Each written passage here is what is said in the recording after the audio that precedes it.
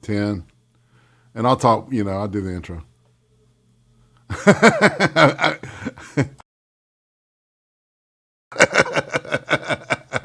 That's right. What's up, cyberspace cadets? It's Irate Prostate. Ring that bell. Subscribe if you can. It's awesome. I mean, that's the least you can do, right? We're in this thing together. It's Saturday. That means it's time for Exelereighted Deconstruction. Hanging out with Excel and the one and only Tim of the Hun. What's up, y'all? You're unmuted. Hey everybody, how's it going? Boomer proof. Woohoo! So, I had the stream playing at full blast and I couldn't figure out where it was, so I had to go put it down. there you go. Well, it's like I'm hearing everything twice. What is going on? But yeah, what's up? I'm sorry. What's up, people? And we're going to talk something a little bit different today, just because it is the topic of the week, which is what the fuck is going on with this election. I mean, the media just called it for Biden and Harris, so I guess he's our next president. I basically agree. Like, I think Biden's going to be the next president. I don't think there's much we can do about it. But Jesus Christ, is this election sus. And I'm not one to just be like, oh my God, it's total voter fraud, just because my guy lost. No, like, I was with the rest of you guys at 3 a.m, where Trump had a comfortable lead, like, in the entire Rust Belt. And then overnight, like, I saw the screenshots, right? You just had these ballot drops in Wisconsin and Michigan. What did they say? What did they say the mantra was in Google, at Google headquarters the day after the election last year? I mean, 2016? Never again. Yeah. Never again. Never again. So what does that tell you?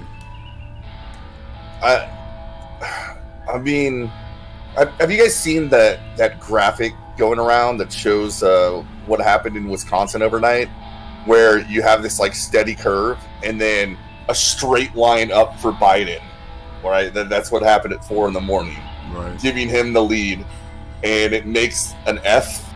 Yeah, that meme, that meme image. Yeah, they're just like fraud. I might have that somewhere. You keep talking amongst yourselves.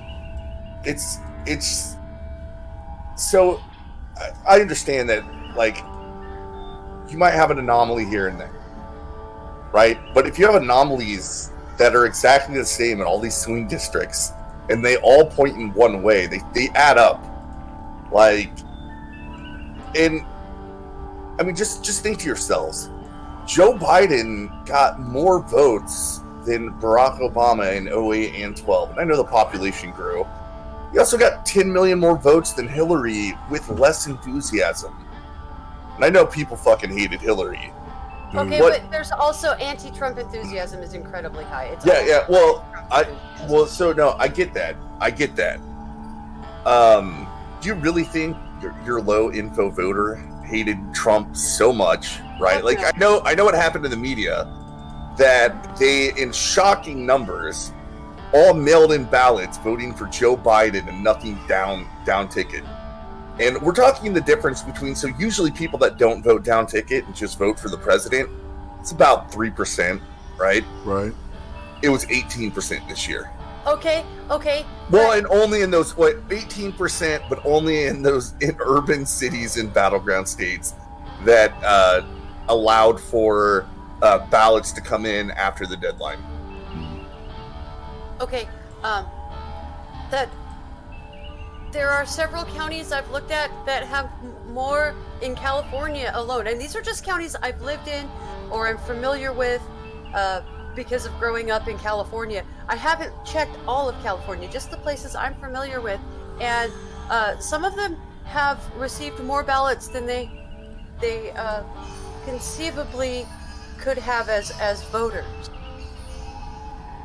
Yeah, and besides the California, I think a lot of Antifa abstained from voting. Yeah, those people don't vote. Not to mention that, but we have to keep in mind that Antifa was on the street saying, like, fuck Biden, he's just another liberal that enables fascism. Right? They don't like Biden, they don't like Kamala Harris.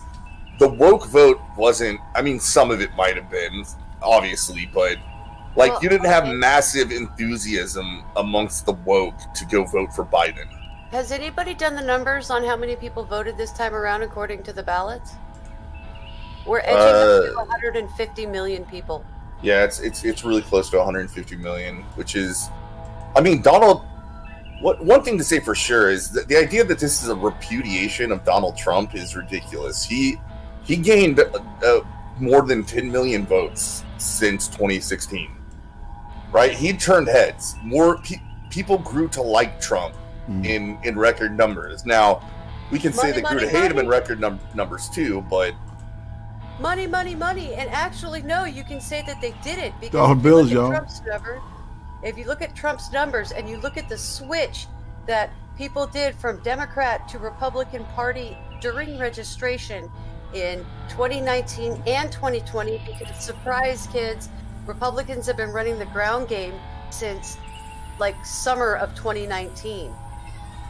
Okay, they've been out doing ground campaigns of the Republic of registering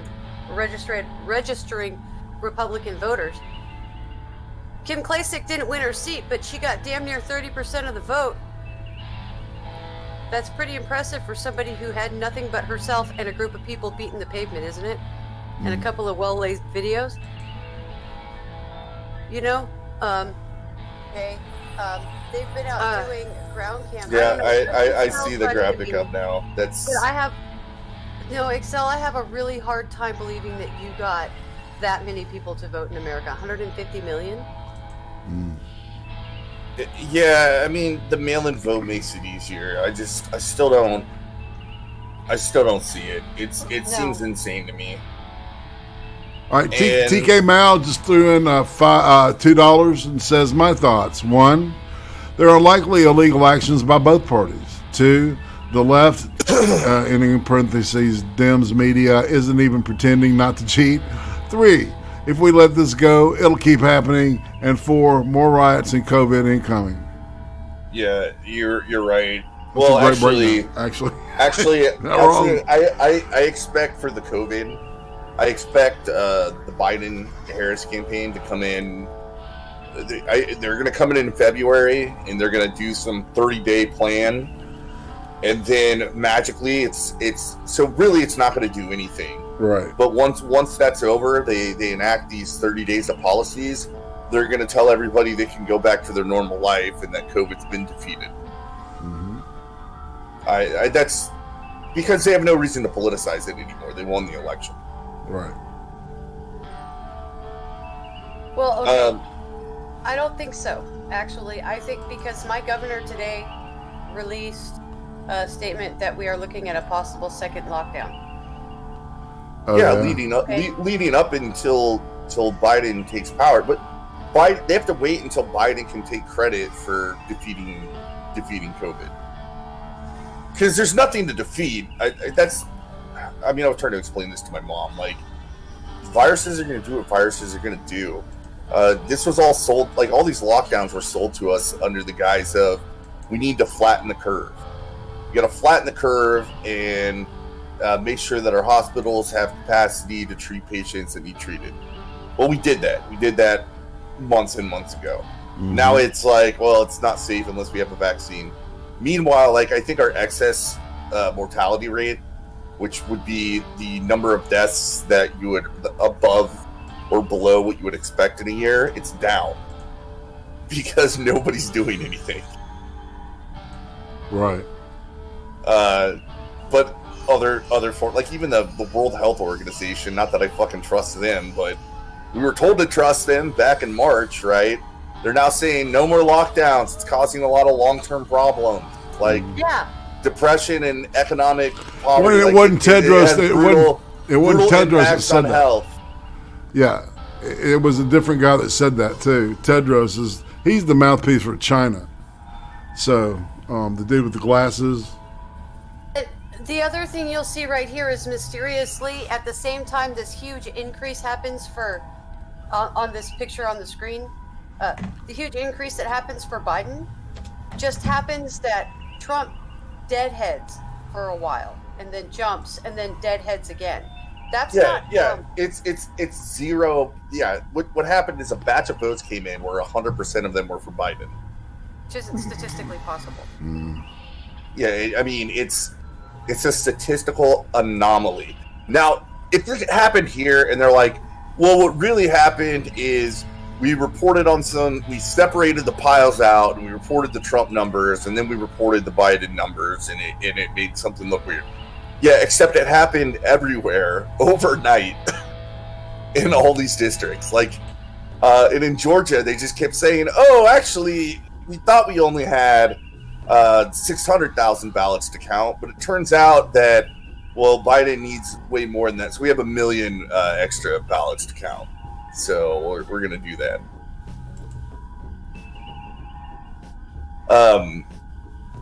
We have that along with record turnout, but only in these Democratic strongholds in swing states, right? 70%, like 65, 75%, that's the margin. In Milwaukee, you had 89% voter turnout. Well, Gallup was projecting normal voter turnout. Gallup was saying that enthusiasm for the vote wasn't as high as we were thinking. They were expecting normal voter turnout. Yeah, well, the polls were completely fucked. So Well, another that's kind of crazy. another set of losers are the pollsters. Like, they should all be fired. 2 years in a row, they were just wrong. Like, the idea, and here's another thing. This is related to our stream. So Biden's already came out and says that he has a mandate to do blah blah blah and deal with systemic racism and climate change, which couldn't be further from the truth. There's really no mandate given to Biden. In fact, largely it's a repudiation of the Democratic Party. Outside of the presidency, the Democrats got their ass kicked this election, right? Like, I think they gained maybe 1 Senate seat overall, and then they lost a bunch of House races. Well, And they gained no state. actually, they lost the Senate seat too in Alabama. Doug Jones, the guy that replaced oh fuck, God, I can't think of the guy's name. He was the first head of the DOJ, Sessions. All right. Okay. He was replaced by a Democrat. He got voted in. Remember the Roy Moore thing, and they used all the bots and shit that they said that Russian used. There was a whole deal behind that, him getting elected. Yeah. Anyway, so he's out, and now the former coach of Auburn, a football team, is going to be our senator. So we got two Republicans back up there from Alabama. Yeah. So, but I think the House projection is going to be a 53-47 Republican lead. Yeah. So they lost 1 seat, which if I'm hearing it right, that means on the next wave of Senate votes in the midterms, you would expect the Senate to potentially gain even more Republican seats. So, But more importantly than that, you have to look at the state ground game. Democrats gained no state legislatures. yep, they lost a bunch, right? Across the board. This was almost as bad as 2010, guys. Like, almost as bad in terms of loss. Sorry, somebody just walked in front of my camera out front. I won't turn that notice off. Sorry, guys. Well, and then you have to ask the question. So if Republicans did so well everywhere else, how did so many more people vote for Biden? Well, one explanation could be, right, and you would see this in the numbers, because you would see kind of a flip in the votes, right, the total vote count. You would see the president getting maybe slightly less votes than a senator, right? But you don't see that at all. What you see is the president getting about the same number of votes as the Senate, and Biden getting about 60,000 more votes than any down ticket race.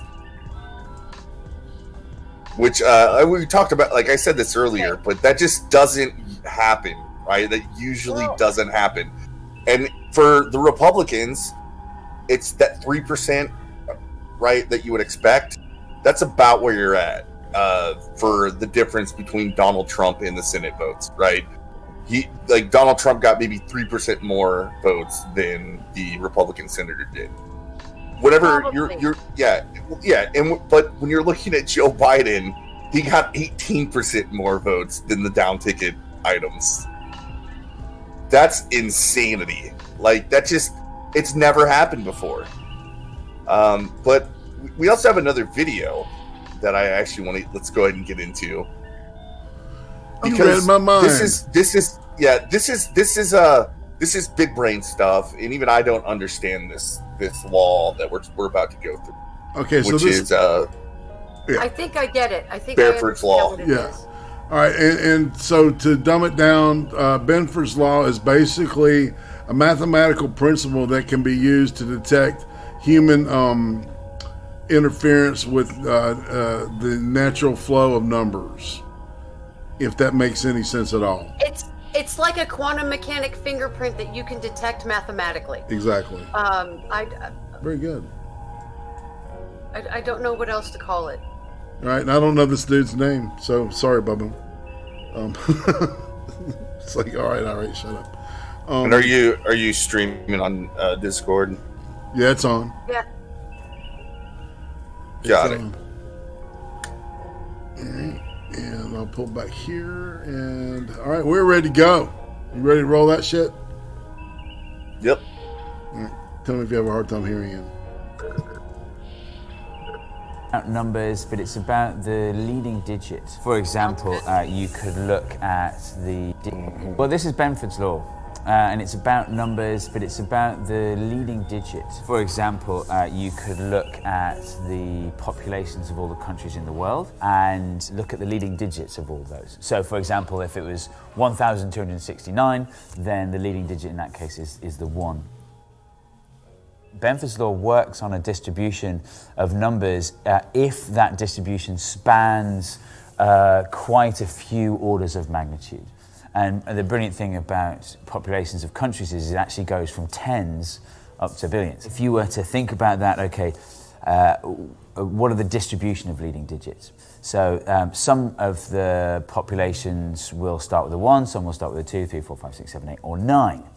And so there are 9 possible leading digits. And you might imagine that each one of those possible leading digits are equally likely to appear. So that's 1 in 9, 11%. And if I was to plot that on a graph, you might expect that to fluctuate around 11%. So it's going to sort of, go like that. So what actually happens is that a third of the time, that's up here, right? A third of the time, the number you choose will start with a 1. And it will hardly ever start with a 9. So 9's kind of like down here, tiny number. And then you get this brilliant curve that goes up like that. Isn't that crazy? I know you talk about this sometimes It's in just talks and obvious things probability. you do. What's the reaction to that normally when you tell people this? The It's reaction- not okay, super the noise is obvious. sort of like It's this. called the law of anomalous numbers for a reason. And there's a certain amount of disbelief sometimes as well. The way when we you're do it discussing actually in it, the it becomes show obvious is... once he points it out. Sorry. No, that's cool. What were you saying? It's just kind of obvious once he points out that the numbers and the way that they would, it's obvious what they're looking for. I don't know how they detected it, but it's pretty interesting that they obviously, you know what I mean? Mm-hmm. It's very, I imagine it's a pretty easy, obvious, simple check. This is really, it's even more obvious than a thumbprint from quantum mechanics. It's more like a spectrograph where this is fascinating. All right. Cool. Is that we get people to tweet numbers to us. So we're collecting numbers, and I try to give them ideas. So maybe take the distance from the venue to where they live and convert that into some strange units or something like that. The interesting thing is, like I was saying, it works so long as the distribution you're choosing from spans loads of orders of magnitude. But if you're picking numbers from lots of different distributions, the individual distributions don't have to span lots of orders of magnitude. The sort of the meta distribution of individual things picked from different distributions. So follows notice Benford's Law distributions anyway. as in voting wards. So it works brilliantly well. What clump of numbers will this not work for? All right, hold on. What was that? All right, Excel?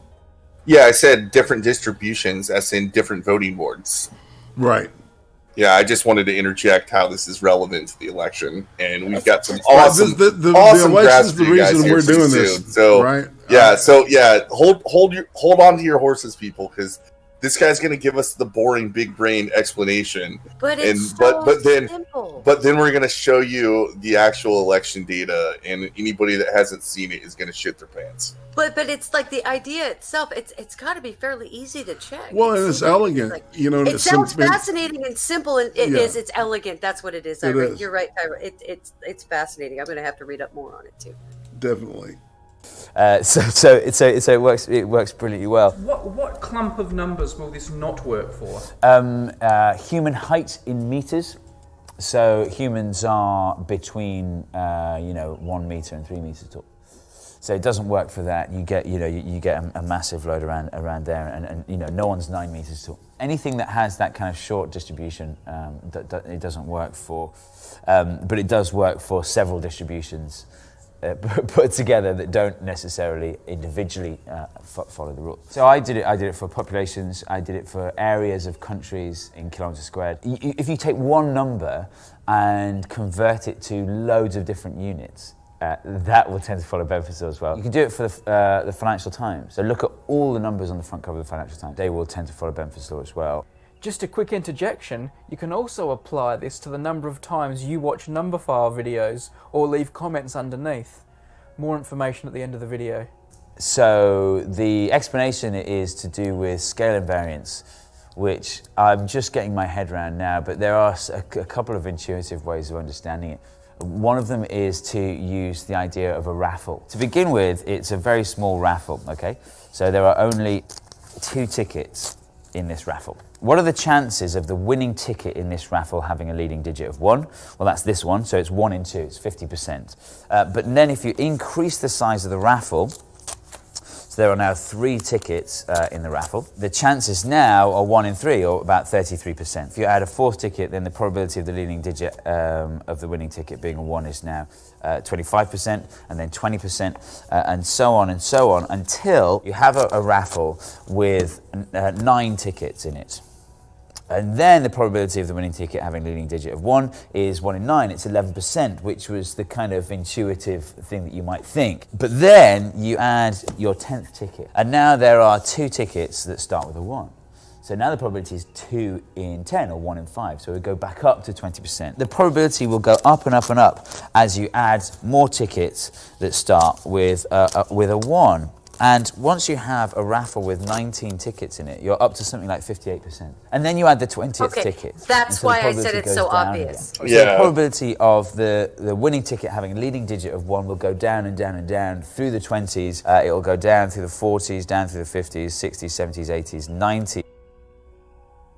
But this is a great example where he's giving you a visual demonstration for something like counting raffle tickets. Right, or votes. For me, the way it was explained, my brain fully went through that process that he's explaining right there. And my brain went, oh, that's so simple. It's like obvious. Duh. Why didn't I see that sooner? So, yeah, it is. It's brilliantly elegant. And it's just a law of probability. And it can disprove it, or it proves or it disproves invalid information. It's very fascinating. I love it. Yeah, this little video is it was a better fit for this show than it was for the Cream Stream. So I'm glad I held it back. Leaf Fuentes is saying, I can't keep up with all these live streams from all these channels. Can we really not go back to scripts or condensed content?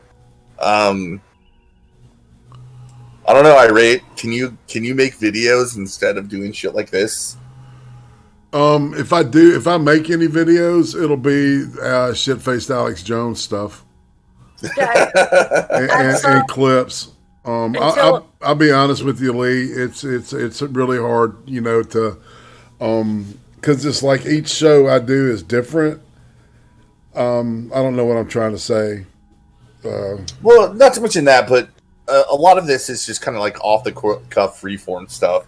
The best that you could do is take videos of your live streams and just edit them down to 10 minutes of highlights. Right.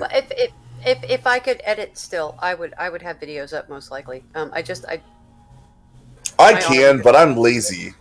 No, my arm won't do it. I tried to do it like a month ago because I was like, "Fuck." Well, I'm you're stuck. I can't gainfully really employed walk. as well. I mean, so Yeah. so there's that. Yeah, that's true. Like I'm already making money. I don't need to make money on YouTube. Well, nobody said that. I think you need to make money on YouTube. I think everybody needs to make money on YouTube if they can do it. Get that Susan money. That's right. Get your 70%.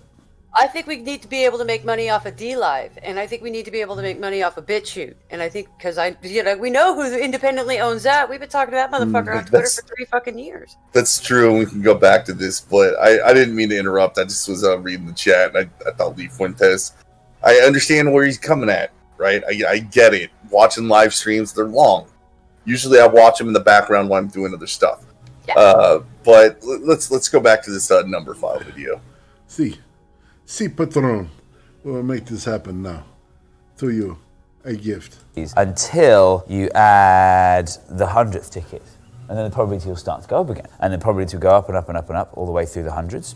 And then you get to the 200s and it goes down and down and down through all the 200s, 300s, 400s, 500s, 600s, 700s, 800s, 900s. And you'll be back to 11% again then. And then you add the 1000th ticket. The probability will start to go up again. So the probability goes up and up and up through the thousands. And then down through the 2000s, 3000, blah, blah, blah. And then you get to 10,000, it goes up. And so basically the probability of the winning ticket having leading digit of 1 fluctuates as the size of the raffle increases.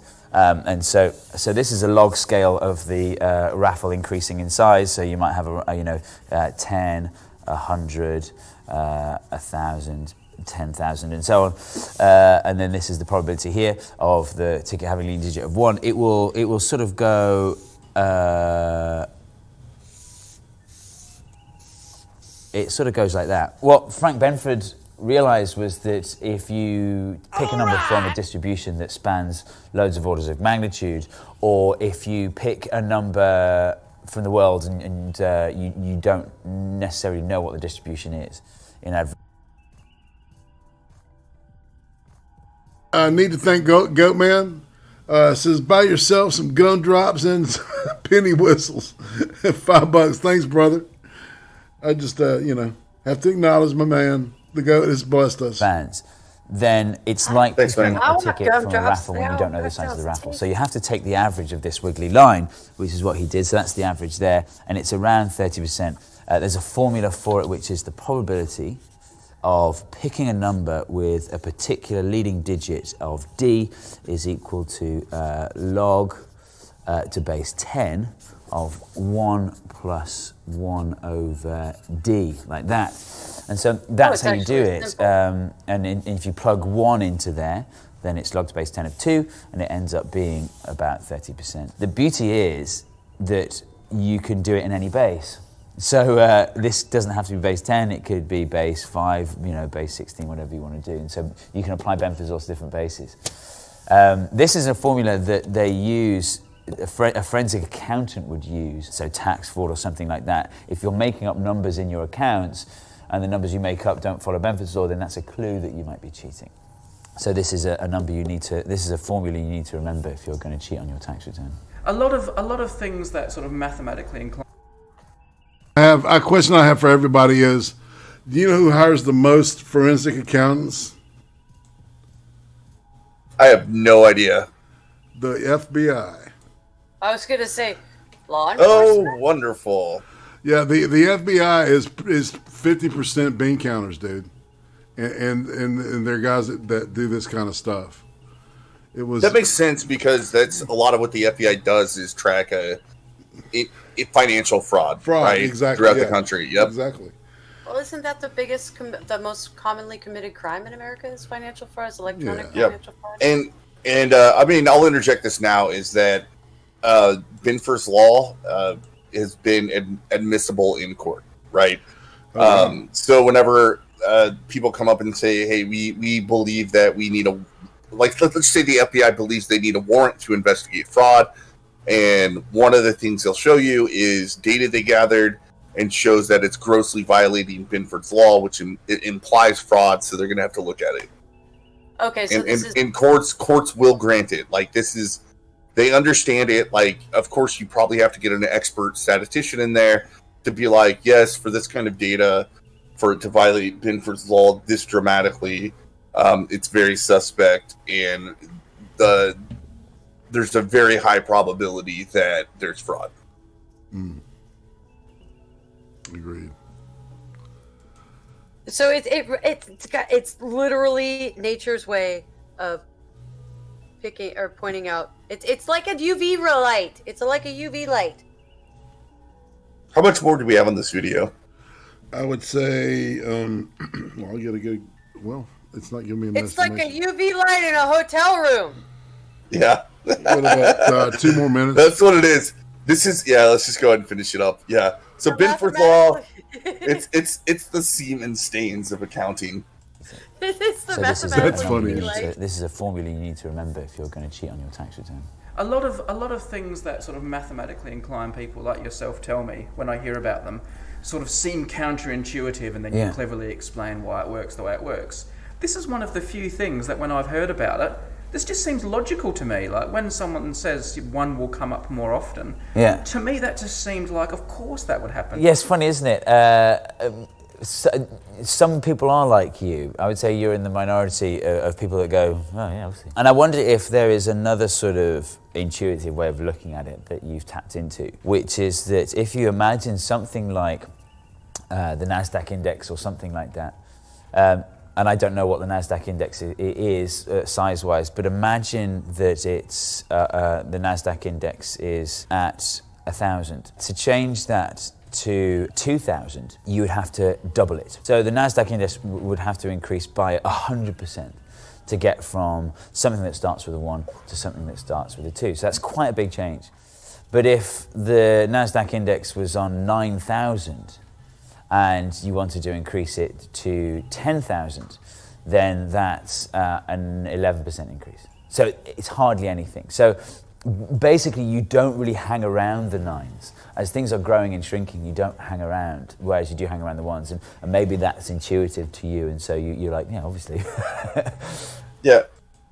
So I think everybody watching this, if you at least feel pretty good about, okay, this Binford's law thing is real and it makes sense.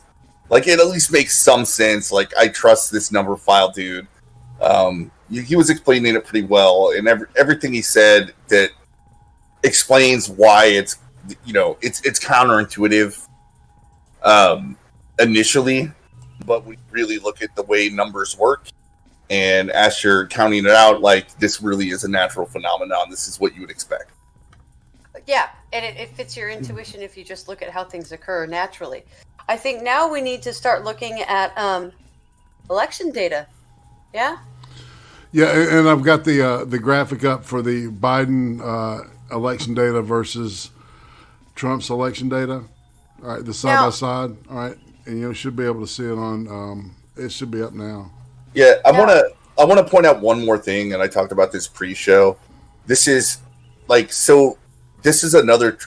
It seems like it's almost a trick statisticians have to prove that humans interjected themselves versus natural occurring numbers.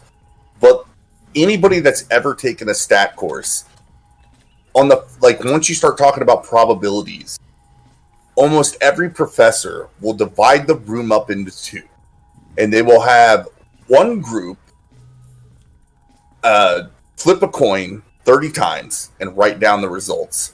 And they will have the other half of the room just make up heads or tails. Just make it up on their own fruition. And the professor, almost every time, is going to be able to tell who actually flipped a coin and who didn't. Because the proper statistician knows that with 30 flips, you would expect to see several long counts of heads. Right? You would see like 6 or 7 in a row sometimes. While people, when they're thinking about it and they're trying to be random, they would never, most people would never just write heads 6 or 7 times in a row, because they would say that's they would think it's suspect, and they would be like, well, we need to randomize it, so we're gonna change it up, right? The So problem is it's a most very people well, make and up it's a similar concept, right? Well, you can So tell. humans trying to make up random probabilities versus actual, like how the probabilities actually play out, differ. Right, and it's mathematically provable. Right, you've Yeah, said this and has it's been mathematical accepted in provable. law, right? Yep, It's it been has. accepted in court as a as proof. All right, that this shit just don't occur willy nilly.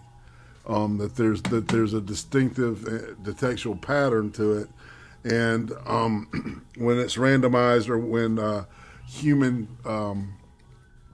when it's randomized, it has that natural slope to it, and when it's fabricated, it doesn't. Yeah. Correct. Yeah. So, yeah. Okay. So this is just their overall election data. So it looks. I don't understand other than I think maybe these are the numbers on the ballots. Yeah, I mean, what they're trying to show is that the ballot counts. Now, this is Michigan overall, but you'll notice how Trump's data follows Binford's law almost precisely, right? Like you expect some variation because, in the real world, you're not going to see it follow. Uniform. Yeah, like you would have to have, like, if you had an infinite amount of data sets, it would be uniform, right? But you don't. Right, there's a plus or minus variation there, right? Yeah. And in Biden's, in your logarithmic graph, you have a bell curve popping up in the middle of it. Holy fuck. Yeah. it peaks at 5, which screams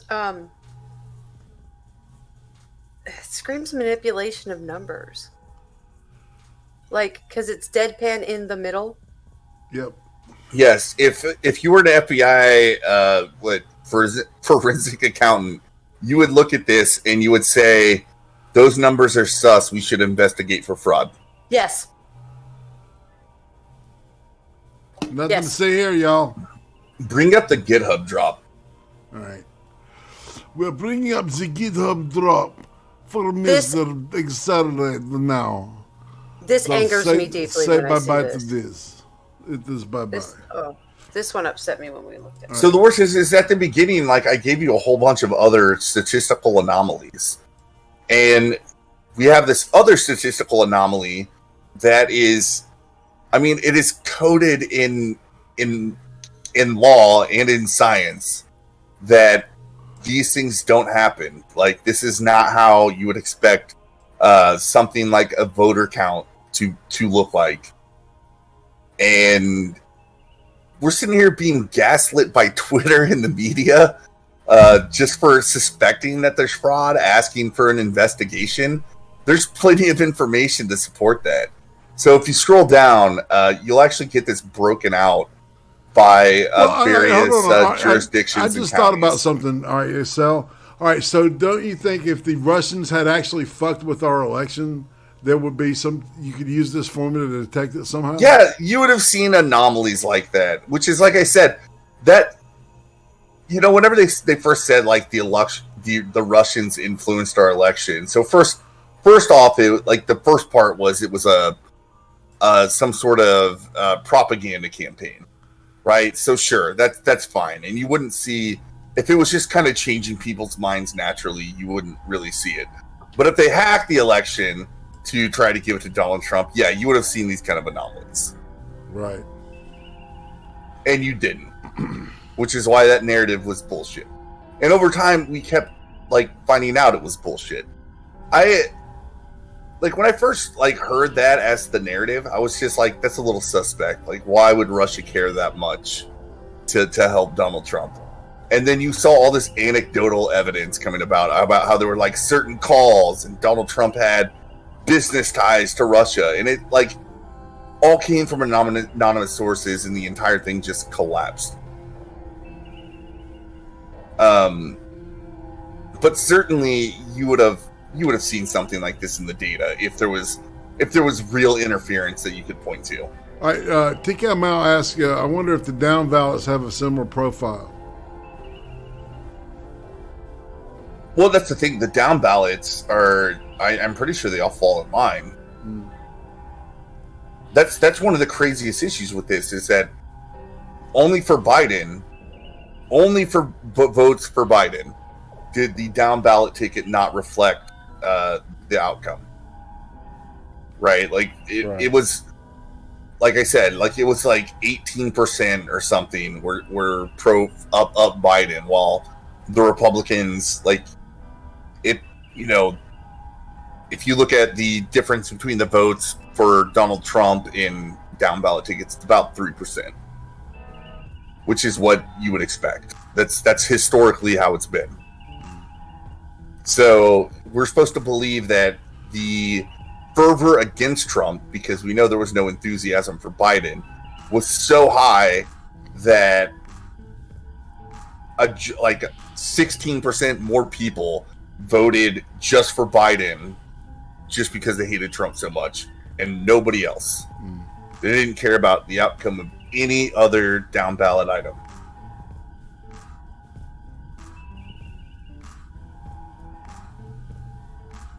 Okay. Right. So what do I need to open here? Oh, you're on the right page. You just got to scroll down. 18. You don't have to. You don't have to open any of those. It's all on this page if you scroll down. Okay. All right. So we got the Fulton County, Georgia. And you're not streaming anymore, so I have to wait for it to pop up in the live stream. Yeah. It's every time I do this, it doesn't go. I'll show you. Tell me if you can see it.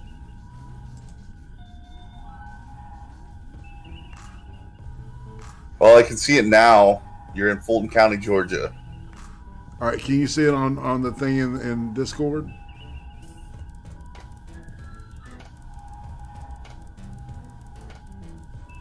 No, you're not streaming. That's crazy. All right, so Fulton County, Georgia.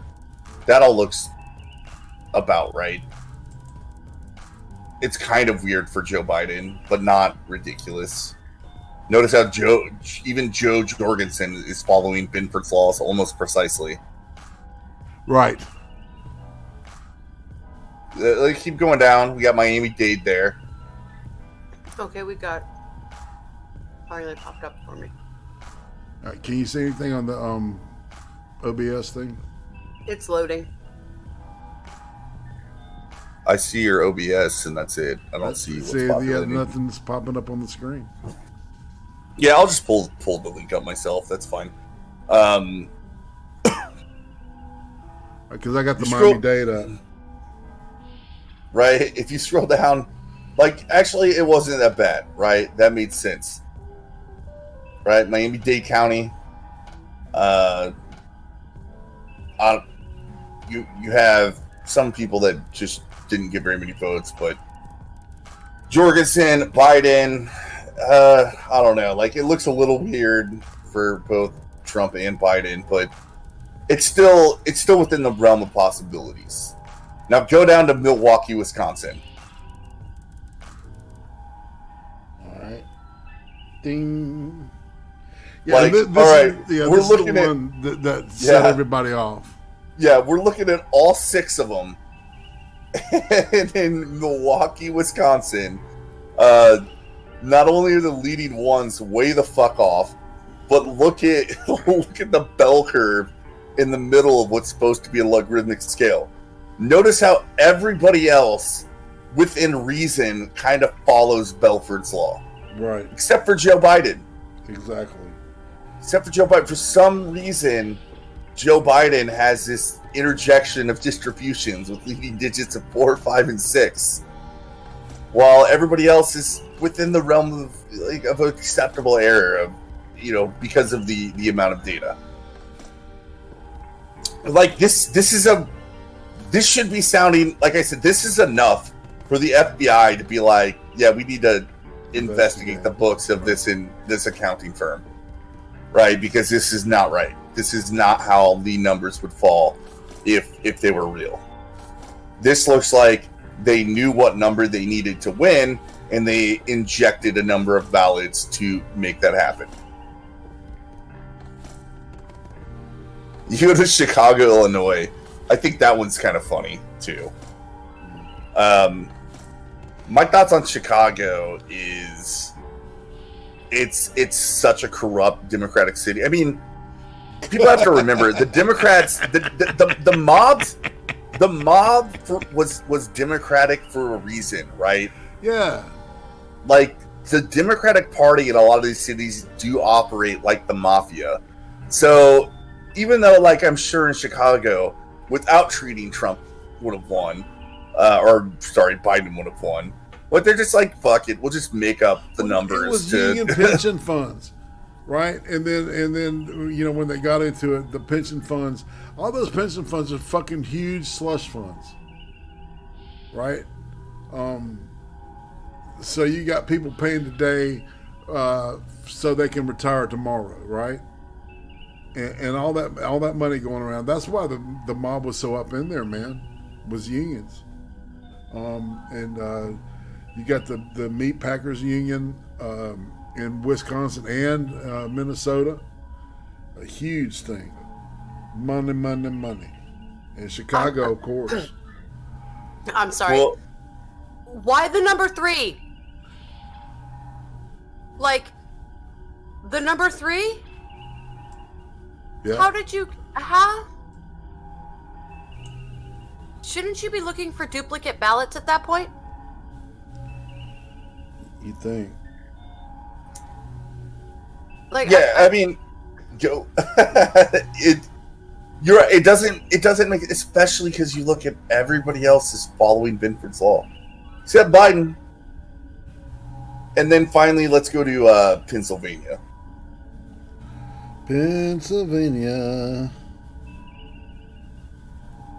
Allegheny. Once again, that's Pittsburgh. Joe Biden's, once again, Joe Biden's count is dramatically fucked, according to Binford's laws, but everybody else is fine, right? Like you can expect,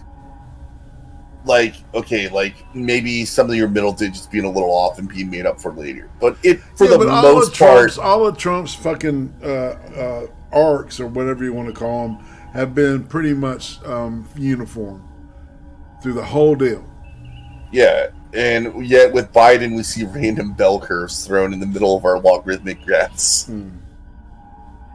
That's where, like, that's a problem, right?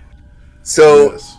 The media sitting here telling us that if we think that fraud was in the election, telling us that fraud is exceedingly rare during an election where, well, first off, we changed the rules so that it's easier to commit fraud in most of these states, right?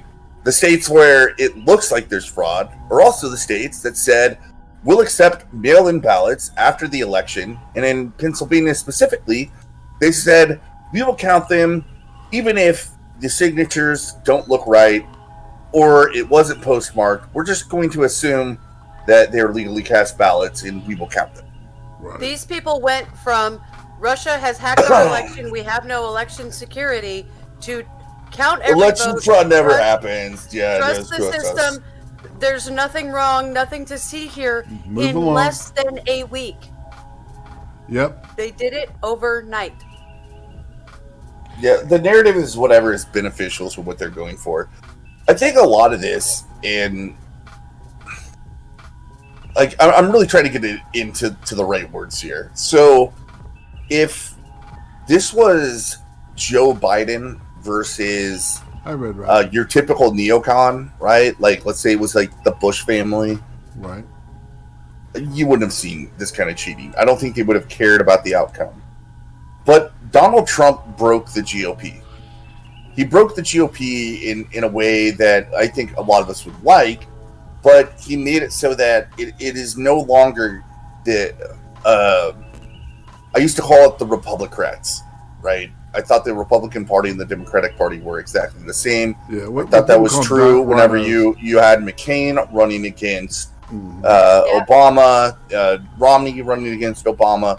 I thought they were exactly the same. But Donald Trump came in and he broke everything, right? And there's actually, the Republican Party is the group of people that were supposed to keep control of the Republican Party have lost most of their power, right? The neocons have gotten kicked out, and the Republican Party it's probably the freest party possible, like to as far as like who can run at least versus the Democrats for sure, but like no longer do the elites of the the GOP have much power.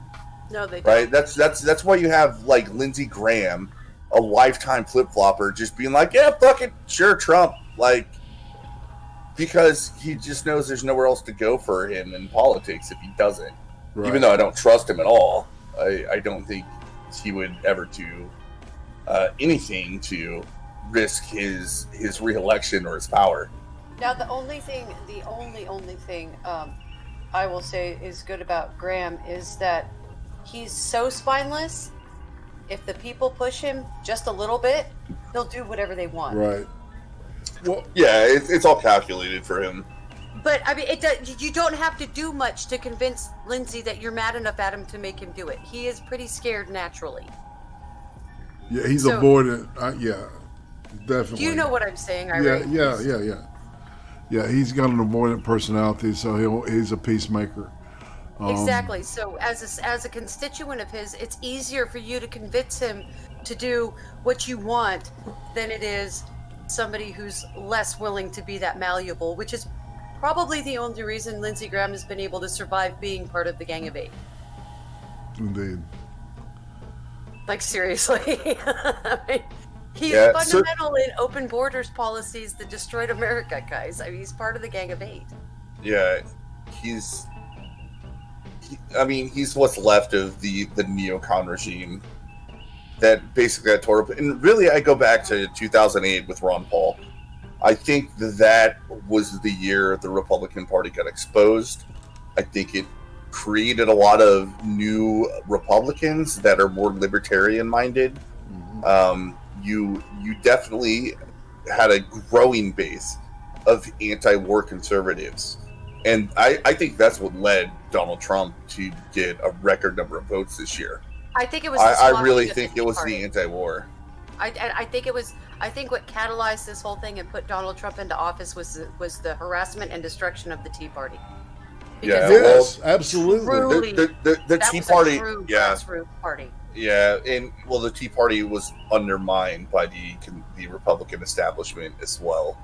And they tried to take advantage of them. Mm-hmm. Basically, Republicans decided that they'd had enough. I don't know. I hope we've shown everybody enough to say that, like, look, don't be gaslit by the media. Don't let anybody make you feel bad for thinking that this election was a complete fraud. Because there's enough information, at least right now, that we've just talked about to say, like, look, this is bullshit. Like, all the anomalies to be pointed out, like, even besides the Binford's Law, right? Like, we were talking about the down ballot, the ridiculous voter registration only in places that were battleground states that needed to vote for Joe Biden. All these anomalies, they lean one way, right? These are statistical improbabilities of order of magnitudes that I can't define.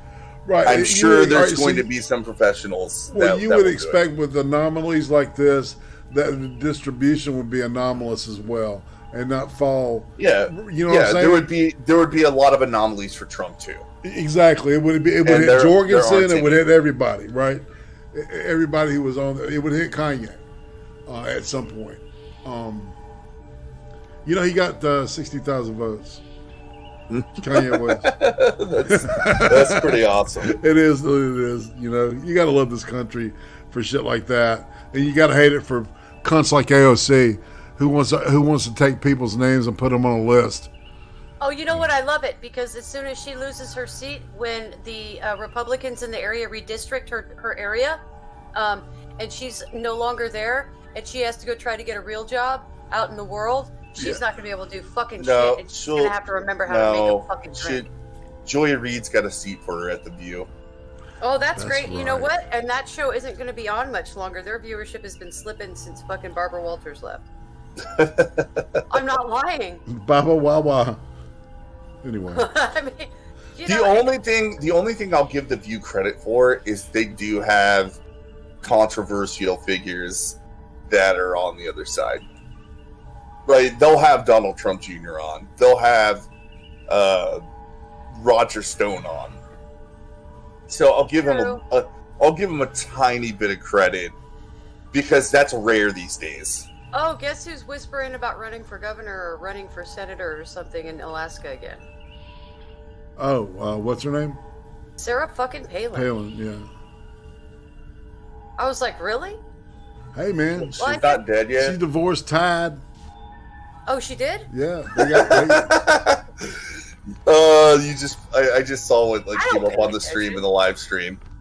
You have you were before the stream. Timon was telling me Dami Pesos searched for voter fraud punishment, and the interest spikes over time, and Ohio, Pennsylvania, California, and Florida. They were the top 4, but you can see leading up to the election, how many people were looking up what the punishment for voter fraud was. That's rather telling, isn't it, man? In Pennsylvania and Ohio, Florida and Cali. Wow. Most of all, the biggest search was Ohio. Wow, crazy. And Trump still won it. Maybe they saw the rules and went, "Oh shit, I'm not down, dude. I'm not." Well, That's what I'm saying. Pennsylvania was one of the states that had the very they relaxed their restrictions to allow for mail-in voting way more than Florida and Ohio did. I think that's true about Arizona and Michigan as well, but I'm not gonna go on the record knowing that for a fact, but it wouldn't surprise me if it was another state where they laxed the standards. You can't vote in person in Oregon. There is no way to vote in person in Oregon. You just couldn't do it. It's an entirely exclusive vote by mail state. It has been. Since I was going to say they burned it all down. Right? I don't know. I was hoping that California and Oregon. I'm sorry, Tim. I would have tried to rescue you. Trust me. I was hoping that a giant earthquake would have struck right before the election and separated them from the continental United States and sank most of the country or most of the coast. Now, here's the weird thing. So, I haven't lived here but a couple of years, but I looked at the historical data and voting records and stuff, and I saw 2 West Coast, on the coast counties, go blue for the first time in almost a century. So, and their voter numbers were incredibly high. Now, vote by mail has been done the same way here for the last 8 years. So I'm wondering, why is it suddenly now all these coastal red counties did this massive flip and there hasn't been a change in the demographic? All right, now I pulled up electoral fraud. Okay? And check this out, New Hampshire. Oh. District of Columbia, Montana, Oregon, and Maine. Oregon, there we go. Oh, fuck. There we go. Yeah, TK Matt, we're just looking. We thought it was kind of interesting that people that were searching for fraud, it just spiked in massive numbers for a lot of the states that we're questioning right now. Yeah, I'll go back to the, if I can. Yeah. If it'll let you. If it'll let me. I don't see a back button.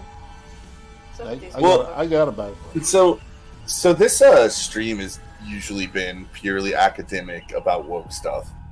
Unfortunately, this week, there's just all the news is leaning one way, and it's about the election. So I felt it necessary to go kind of more. We talked about it a little bit last night in the Cream stream, but I thought it was necessary to just explain to people why the reason Republicans are screaming voter fraud is not because they're like, oh yeah, I lost. It's because these numbers they're fucking crazy. They don't make sense. Well, nobody could have predicted that. Well, Okay. I don't know. Looking at primary turnout, looking at other polls outside of, do you approve of the president and are you going to vote for him?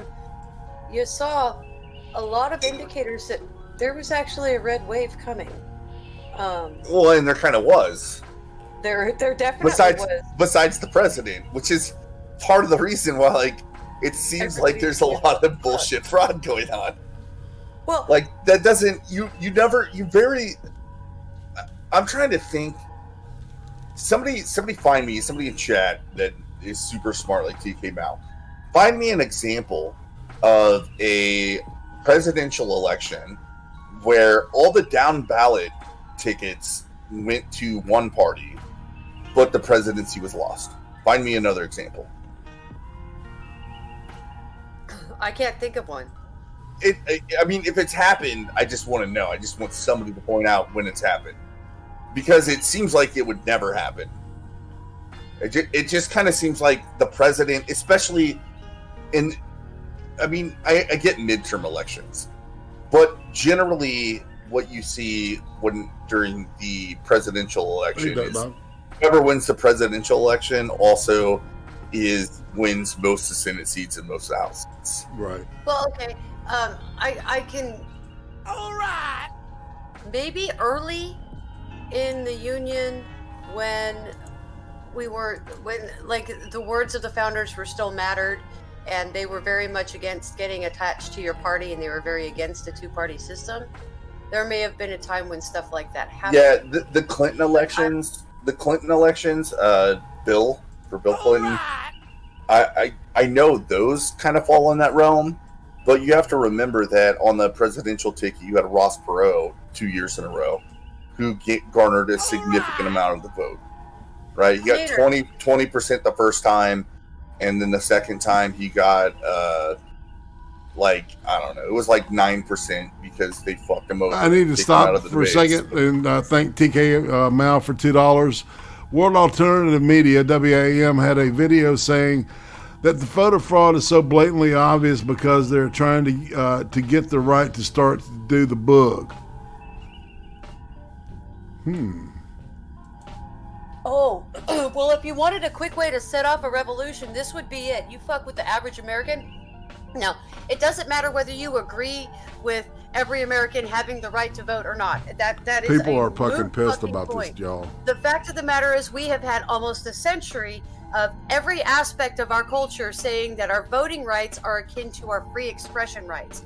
So now you have a bunch of people that think that their free expression rights are being infringed upon by just one group of people, and it's fucking obvious. And this is the quickest way to fund a revolution. This is one of the quickest ways to do this. They realized the guns thing was a really bad angle. This is the quickest way to start a revolution. Oh yeah, you're gonna see shit burn if they keep this up. Yeah, no doubt. What I'm seeing on Discord boards and in quiet rooms and like the Donald.win and stuff, these people are pissed. And this is really, really dumb. This is a really, really dumb angle because I don't think these people are prepared for what they just sparked. I really, really don't. Sorry. No. Love the rant. No. Circling this back. Sorry. Well, I was going to say is like at some point we really have to sit down and have a serious talk about the media. Yeah. And how they're fucking out of control. And there's no checks or balances for these cocksuckers. And that's what I'm going to call them, because they're pieces of shit that are deliberately they're complicit in all of this shit. And it enrages me when I see people like fucking Don Lemon and Chris Cuomo, just joke with each other about this kind of shit. And there's literally, and I think that the World Alternative Media may be onto something. I'd like to see that video, TK Mao. So I'll look it up. Thank you. I appreciate that. All right, so yeah, I found the other map. I had to go and repaste the URL. So I didn't want everybody to say it 'cause it's pretty. It's not pretty. It's ugly. But maybe yeah, that's wrong. yeah. But these are the searches for voter fraud, right? Yeah. I think, I don't know. Where Well, I did can Mr. type- Excel go? I don't know. I can. Oh no, type- I'm here. I see it. I was to say I can tie the current voting rhetoric to critical race theory quite quickly. All we have to do is discuss the Hispanic vote. Well, I mean, the Hispanic vote in Florida kind of rejected a lot of what CRT is, and it doesn't really change the fact that Joe Biden already came out and said that blah blah blah he has a mandate to deal with systemic racism, which doesn't exist. We've talked about it plenty of times on the stream. It's not a thing in America. He weeded out through liberalism, not critical theory. But he says it's a mandate. And so what's going to happen is all these theorist type people, they're going to be lining up saying, we are the experts on systemic racism. Now give us administrative jobs. And the administrative state is going to, over the next 4 years, barring a miracle with court intervention that I don't think is going to happen. And just to clarify why, even though I just said, there's plenty of proof that fraud happened. The issue is the amount of time to really, really prove it. Like, the courts are going to look at this data, right? It may be admissible, but they're going to need concrete proof, right? They're going to need names. They're going to need names and numbers of ballots, and it's just not going to happen. There's no way they're going to be able to sort out the fraudulent ballots versus the real ballots in any sort of time. So Biden's going to be our next president, but he's going to appoint all these people into administrative positions in places like, the department, what is it, like urban housing and development, whatever Ben Carson was doing, right? They're going to be there. They're going to be in the Department of Education, and they're going to spread critical theory through the federal government as much as they can. Like, just wait. Like, this is going to happen. So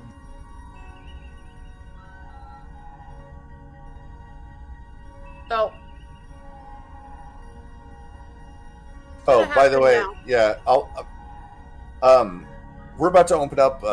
We haven't done this recently because usually we don't have time to allow for call-ins.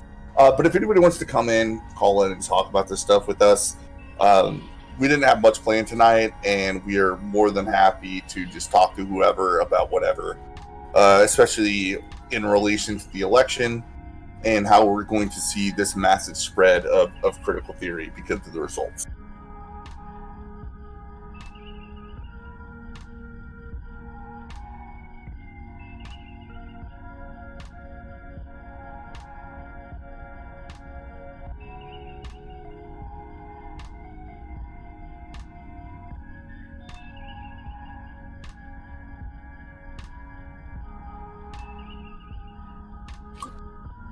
We'll give you permanent membership in the greatest Discord that exists.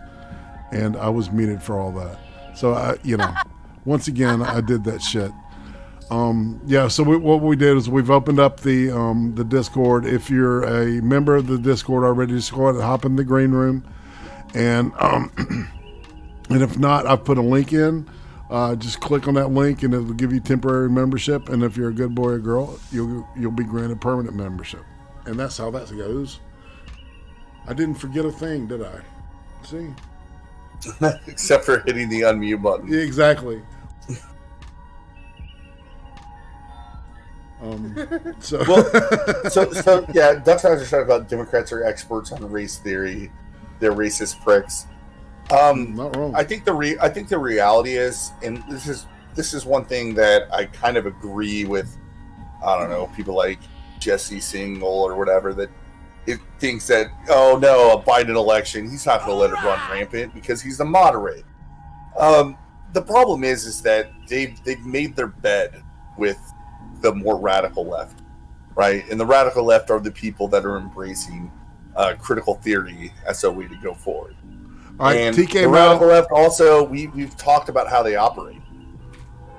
Right. I'm going to say the radical left, we'll say real quick, the radical left operates by being kind of like a virus.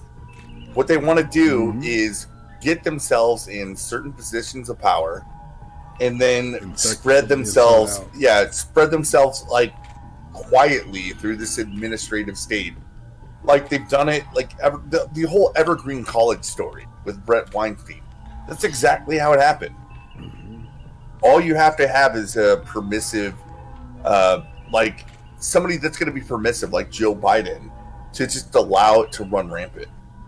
Right. And well, it's going to over the next 4 that years. one professor, that one female professor had come in, and then the fucking spinelessness of the president of Evergreen College, right? And that combination led to the infection that led to the shit that went down there. And they were literally hunting for him with baseball bats. TKML donates $2. Thank you. 1997 was the last time a president won the party, and won and party lost. Bill Clinton. It's Wikimedia. It says, okay, the president won and the party lost, right? Yeah, I called that one out too. Yeah. I said, besides Clinton election, where you actually had a third party that was more conservative than the conservative. Oh yeah.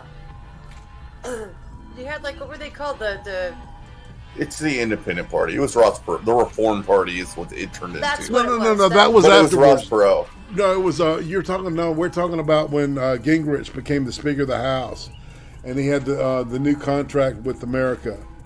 yeah. Yeah, no, that happened, but Ross Perot was still in the mix that election. And he I still don't got remember. I didn't he get still to- got 10% of the vote. I thought Ross I Perot didn't was do with that. W and Gore. No. Ross Perot was Clinton 1 and 2. Okay. I didn't vote that year. I was too pregnant. I wasn't gonna go stand in line. Yeah, I got a big argument with Dad because he said he voted Ross Perot. I was like, you So wasted he your came out vote, saying, Dad. so outside of whenever you had a third party that was running on a mostly conservative platform, there's no other example since 1855. Okay, so mostly conservative platforms or more popularly popular? I mean, or populist-based popular? I mean, what? I don't know. Are they saying? Say that again, Excel. No, what I said is, whenever you had like during the elections for Clinton, right? You had Ross Perot, which was running on a platform that was very in line with what conservatives would vote for. So, what I'm saying is that took votes away from people like Bob Dole, and Okay. allowed Clinton to win the election. While down ballot Republicans won, because the Reform Party didn't have any down ballot candidates to vote for. Right, and that's why these numbers are so suspect, because they're all just presidential, in most of the cases that we've been looking at, right?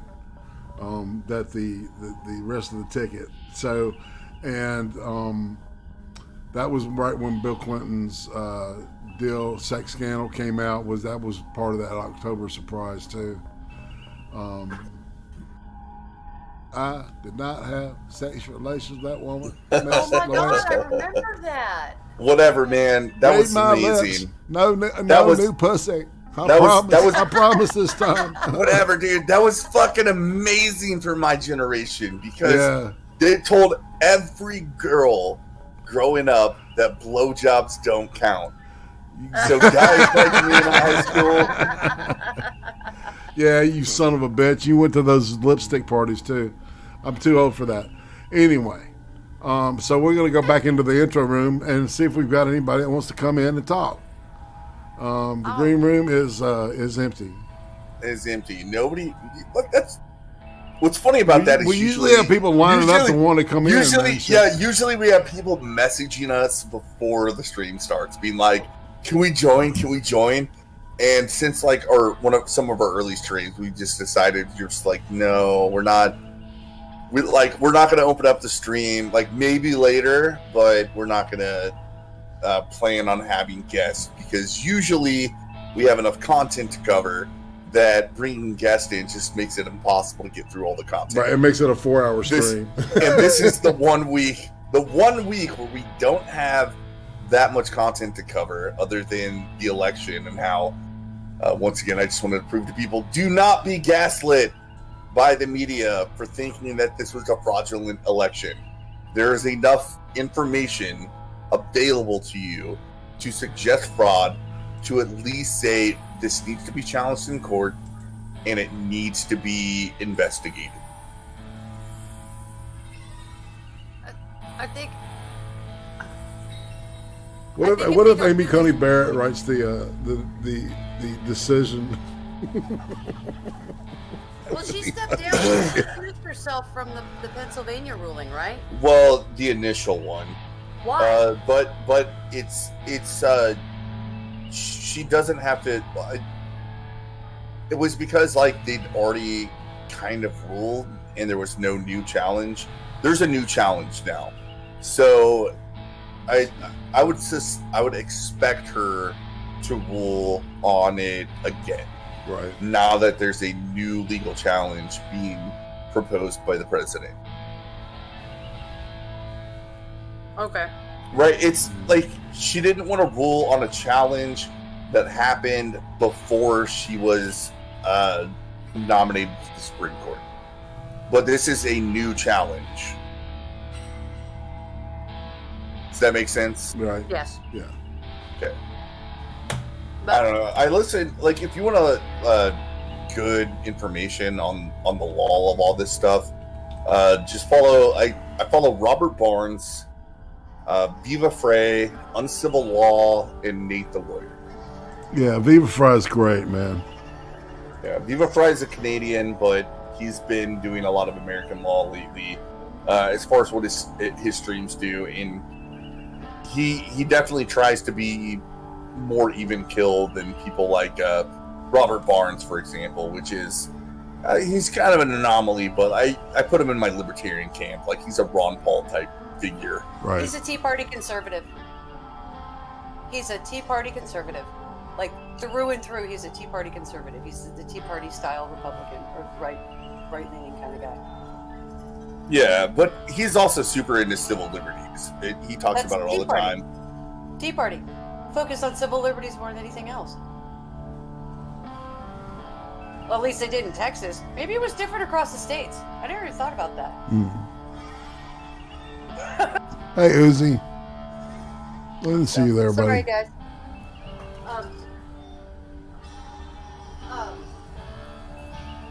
I had a thought. So our entire fan base is like, they want to come talk, but they're too tired or too drunk. Those are the options. So it's really Saturday night. It is really. So most people aren't drinking, Excel. It's Saturday night. Well, I started drinking at the beginning of the stream, but I'm not even past the warm-up lap. Well, this has been kind of a lot of talking this time because it was a lot of mathematics and learning to understand what they're showing you is this is just a probability of numbers naturally showing up in this process, and it's not showing up correctly. So yeah, this is kind of one of those things where, like, you know how you're talking about how, like, the Clintons, they just magically, everybody that opposes them just dies? Yeah. Right. It's very similar with Biden. Just magically every possible statistical improbability is in one direction. It's So Bob Dole is still alive, people. Are you serious? I thought he was dead. I'm amazed this dude is still alive. I know Ross Perot passed away recently. He was born in 1923, so he's 97 fucking years old. Wow. Well, if he was He was in the actually Mountain dead- Division. He was in the 10th Mountain Division in World War If he was II. actually dead, I'm sure he would have voted for. I'm sure he would have voted for Joe Biden. I'm sure. For you Gulf City fans out there, I was just like, man, I really got to talk to fucking Gasly out there. Like, it seems like you ghost motherfuckers have been interfering in the living elections this year. Just a lot of dead people voting.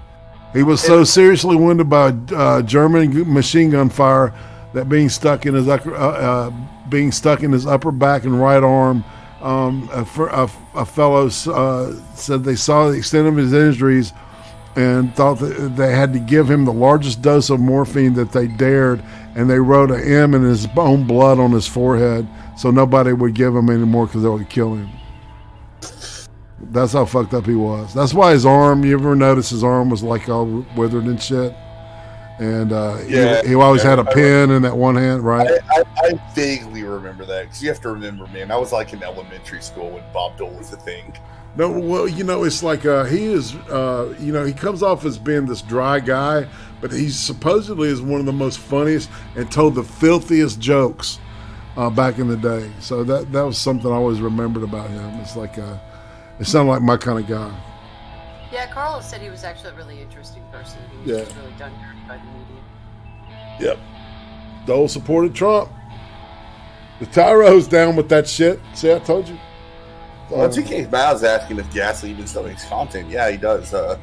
He does the AAA meeting with Drunk in the Hole in Sinatra every Monday, Wednesday, and Friday. Mm-hmm. And he does the Fright Power Hour every Saturday, but he does it on Twitch now. Because fuck Susan. Well, you can't do anything, dude. You're so limited now. It's like half the live streams I watch, they'll just get yanked in the middle of being watched because there's something on the screen that YouTube has decided violates their community guidelines, and it'll be a live stream. So it might be somebody open carrying, it might be a song, it might be an image. Sometimes it'll just be like they think it's a Proud Boy, so they'll kill the stream because they're talking to a Proud Boy, and it's just like, what the fuck? Because the Proud Boys. Such a terrible evil on society.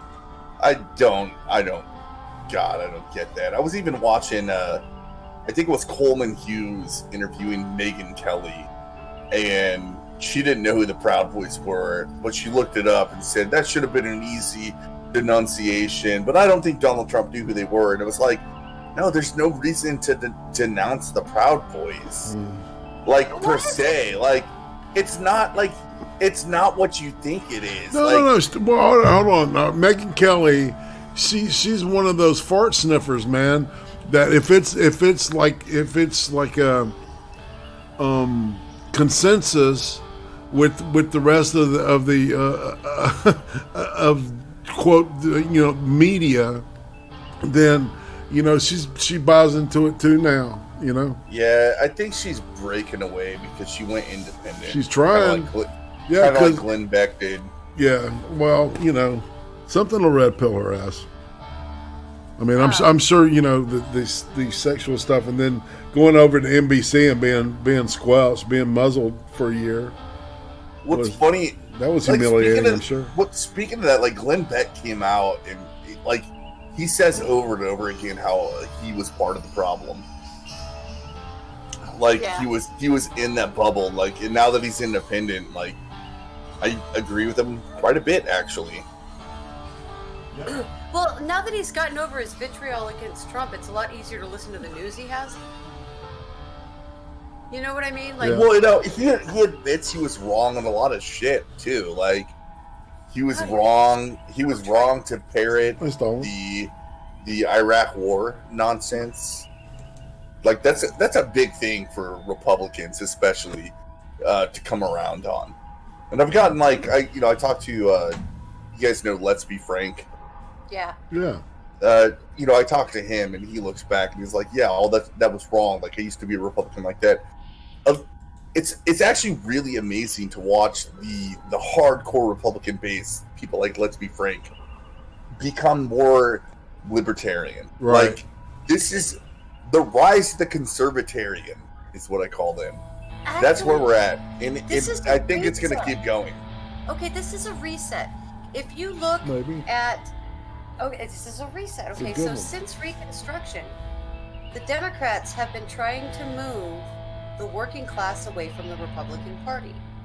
Now, at first they tried to do it through union labor because unions were originally founded to keep black freed slaves from working next to white people because there was issues back then.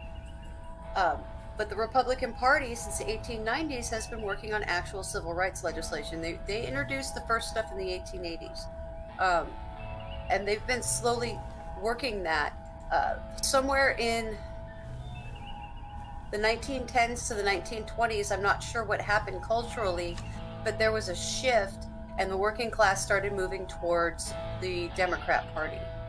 I think when the welfare programs were started, that was when the hard flip happened. But if you look at the history of the Republican Party, they have been a very liberty-focused, equal rights party. Yeah, and there's actually been a lot of people that were kind of doing an analysis of conservatism. So I know, I think it's William Buckley. He's one of the big people that define what conservatism is. But in America versus what it is in Europe, conservatism in America has always been conserving the Constitution, right? Conserving freedom. And in Europe, it's very confusing because conservative parties in Europe are not the same as the conservative parties here. No, they're about conserving culture and conserving property, and it's a different type of conservation than it is in America. Yeah, like in America, the conservatives are liberal, right? They would be considered a liberal party in Europe because liberalism in Europe still means what we think of as classical liberalism. Yes, a focus on increasing freedom or conserving liberties. Yeah, in the classical sense, right? They believe in natural law, Yes. in things of the such. While more left-leaning parties, they disregard that for ideas that are grandeur for the greater good. Yes. Sounds about right. I forgot what we were saying. Well, I'm actually out of shit to talk about. So does nobody really want to join? Gemini, get your ass in Gemini, there, you fag. You want to come in here and tell me why I'm wrong that there's been rampant election fraud?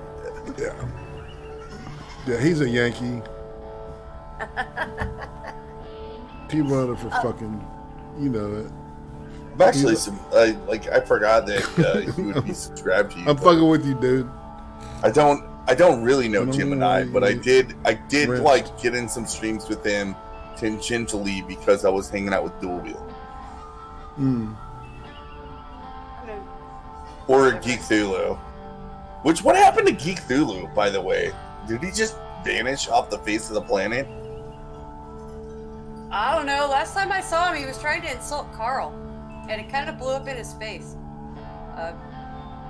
I don't really know. Like, we were watching a Doc stream, and it was like, okay, first of all, what is Geek doing watching Doc streams? Like, this doesn't seem like Geek's genre and interests, but okay. And then he was like, "Rawr, rawr, aren't you the faggot that had all these bad things happen to you?" And Carl went, "No, I don't think I'm that guy."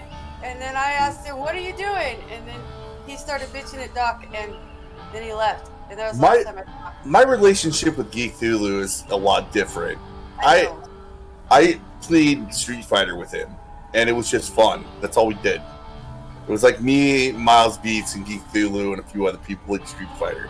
And then he came, and you would watch, and then he came on the nights at the coffee table when I was still trying to do that. He came in when Stan Lee finally died, and he talked about Stan Lee with us for a couple hours. So I have no issues with Geek Thulu. Even though I know he was trying to be part of the YouTube drama sphere. Oh. Like, the only thing he did was fail at being part of the YouTube drama sphere, Jim. but I knew what it was. Oh, I don't like. Hey, everybody, welcome Stallman. He's in. Well, hello. Well, hello. I don't care about those people. I don't care. I don't care. They're drama, and I don't care. So I don't care. Okay.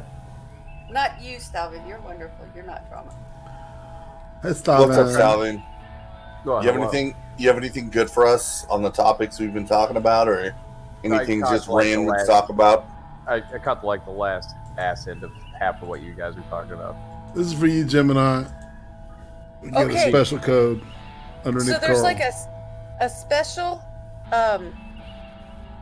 special, basically a mathematical proof that you can look at like naturally acquired random numbers, and there's like ways that things show up more often naturally, and you can compare this mathematical equation to things like polls and votes and stuff like that, and you can see if things are working naturally or if there indicates there's been manipulation.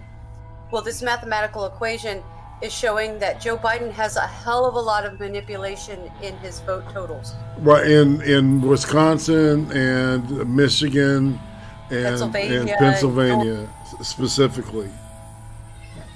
Well, to be fair with you, at this point in the stage of my view of politics and how I really feel about it, I've come down to the conclusion if my state calls me to arms because of dispute over something such as a presidential election, I will march. If they don't, I won't. I don't really care who the ruling power is as long as they don't fuck up my country. I'm tired of hearing about people say this is a democracy when we're a constitutional republic. We're not a democratic republic. I don't know when the fuck they thought that was a thing. But I'm tired of politics. I'm tired of people picking a person. It's the policies that matter. If they was only the person that fucking mattered, we'd have a king or queen or emperor at this point. I don't disagree there. I'm just a tired redneck. I just don't have the energy to give a damn who sits on the top of shit mountain. Don't piss on me and tell me it's rain. But don't piss That's on me and tell me the- it's rain. How do you Wow. really feel, Wow. Stalvin? What a great way to explain what our actual political system is. Well, I Shit mean- mountain. At this point in time, He's I say right. to any potential politician, if you ever feel the need to call yourself my leader, remember that you're a civil servant. You work for me and the other people in the country, and I know what makes the grass grow. I will water the tree of liberty if I have to. Yeah. But I think they fucked up. Do you think, okay, because you probably have more of a pulse on things like this since you work with your hands and have to accomplish things for a living. And you have to talk to other people while you're doing so. Are you getting a feeling that when people fuck with something as sacrosanct in our culture as our right to vote, do you think Your that's hands going be to... broken. I'm sorry. No, that's what. If you fuck with our fundamental rights, you should be put onto a public square. You should be buckled there and beaten or ridiculed, depending on your infraction. If you think that someone's vote doesn't count because they're not they're not on my team, well, you should be kicked in the fucking teeth.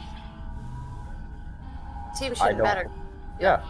It's if you're voting off of who instead of what they're saying or their platform.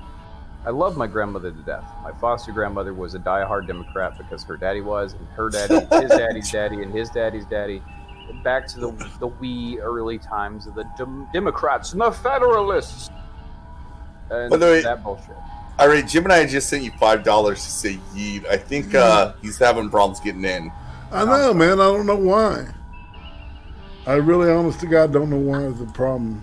It's like Are you seeing that the people you're around, your compatriots, the people you interact with daily, are they on the same level you are feeling about it? Because around me, the people that have calluses on their hands and they put on work boots, or they got scars, or they understand what value labor has, they seem to be universally, regardless of language or anything else, they seem to be universally pissed that they had their voices taken.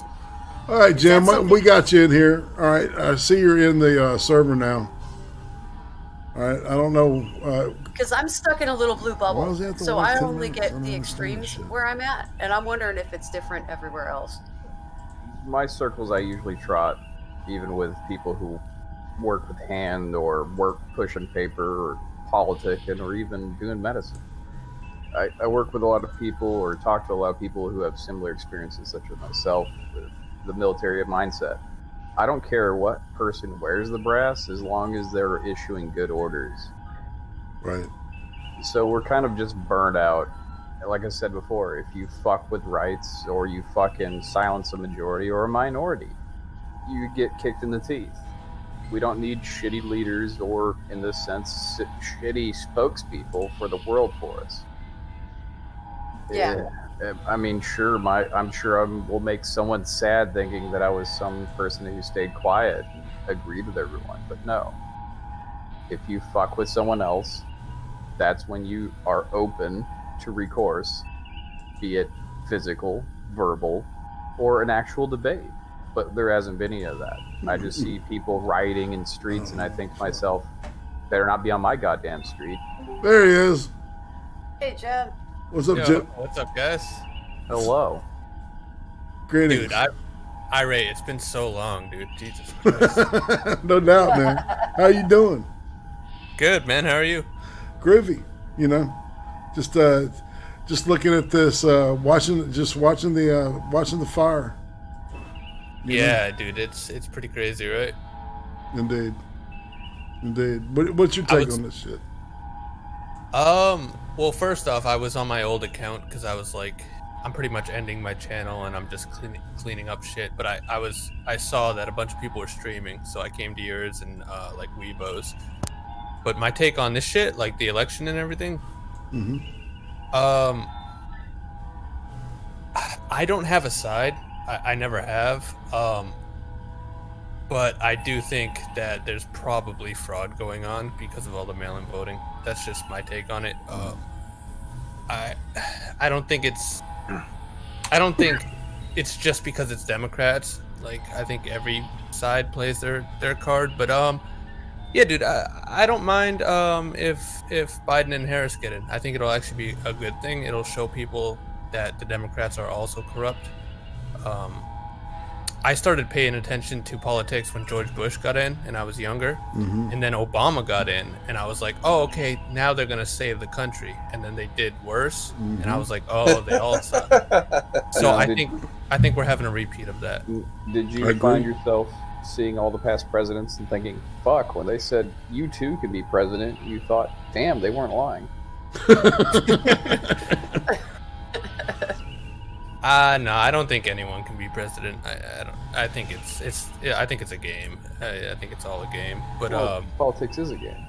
Right. And you ain't in it. Exactly. Yeah.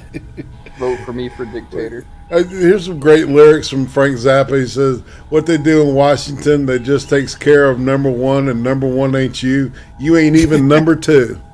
Yeah. Right? I like that shit. I love Frank Zappa. So Jim and I don't think you were around at the beginning of the stream, but we actually went over something called Binford's Law, which is the distribution of leading digits of numbers amongst naturally occurring events. Right. And if you look at the election results, Biden totally violated that law. Everybody else, they fell within the margin of error of that distribution. And that's the biggest thing I have right now, where I'm just sitting here thinking, dude, there was massive voter fraud. And we're only talking about in major Democratic strongholds in battleground states. Oh, dude, I mean, there's no wonder that all the last states to report in their votes are all battleground states. I mean, that's not a coincidence, you know. Like, right. You're telling me the most important states are all the last ones to throw in the vote? It's obviously bullshit. I agree. But I don't know. I just don't know if it's. I don't think Trump is dead quite yet. Also, though, because it's going to the courts. This is going to the courts. Yeah, I said at the very beginning that Biden's going to be the next president, and the issue is that no matter how much the data points towards fraud, it's going to be very difficult to prove that ballots are fraudulent, especially because of the lax standards that we've given because of COVID for mail-in ballots. I think you're right. There's too many states for it to be a clear cut, like, oh, this will be winning in the courts, but it's not over yet. That's all I'm saying is there's still going to be a fight. Yeah, I don't know. I'm looking at Al Gore drug it out California. till December 13th, so I'm I'm expecting about December 13th to be the final call for the election. By the way, if it goes till then, it'll go to the delegations, which are Republican, so that'll be in favor of Trump. Well, that. So I said December 13th. That's how long it took for the entire Florida debacle with Al Gore and George Bush, to be resolved. I think we're making a big mistake by trying to compare this to anything that's happened before. No, I think it's comparable. There's similarities. It's similarities. not going to be a repeat. It's not exactly the guys. same. There are not similarities. We have never had multiple counties in almost every state across the union reporting more ballots than they have people that can vote. There's a county in almost every state in the union so far that has more ballots than people that can vote. I think it's a little more than just a state, and I don't know. Even if Biden becomes president and Trump loses in the court battle, I think we have some voter problems that if they aren't addressed, people are already noticing. If you get off of Twitter and start going into the right-wing echo chambers, you will see tons of personal posts where people are pulling up comparable numbers for where they live, or they're showing their own personal ballot information, discussing how it didn't get counted, or they're talking about what they're going to do next. This is different than anything I've ever seen. Yeah, but also you shouldn't go into echo chambers ever to get information, because it's an echo chamber. I was just saying, like, I agree with you. It is a different year. It's a completely different circumstance, but we can relate it to history, whereas December 14th is the deadline. I'm not talking about getting information from there. I'm talking about who has the different rhetoric. And the rhetoric coming out of the right now is very, very angry, and they're very, very convinced that they've been silenced. So I'm not talking about getting information. I'm talking about what they're saying. Right. So, all right. So here's the deal, Jim. The underlying, what Tim is alluding to, is that this is a deliberate bump to try to spark the boogaloo, right? No, not the big igloo. Yeah, the big igloo. Yeah. I don't have my mucklucks. I got my mittens ready. Yeah, right. No, let's see what happens with gun sales. Wait, you're saying this is deliberate? There's a lot of people that think it is. It doesn't matter if we think it is or not. There's a lot of people on the right that, because of how these votes have broke, or because of how their areas have traditionally voted and how they've changed, or whatever, or just the rhetoric they're seeing on the TV, they're all beginning to believe that it's very one-sided and that it is very much directed at them, and the response is not quiet. Jesus Christ, Tim, everything you just said I don't disagree with, but I'm also putting that in parallel to the people that say we have entered the postmodern era. I know. And we have. Yeah. Well, I do have to say that there's going to be much less violence if Biden wins than if Trump won. 100%. I'm not sure about that. I'm I'm completely sure about that.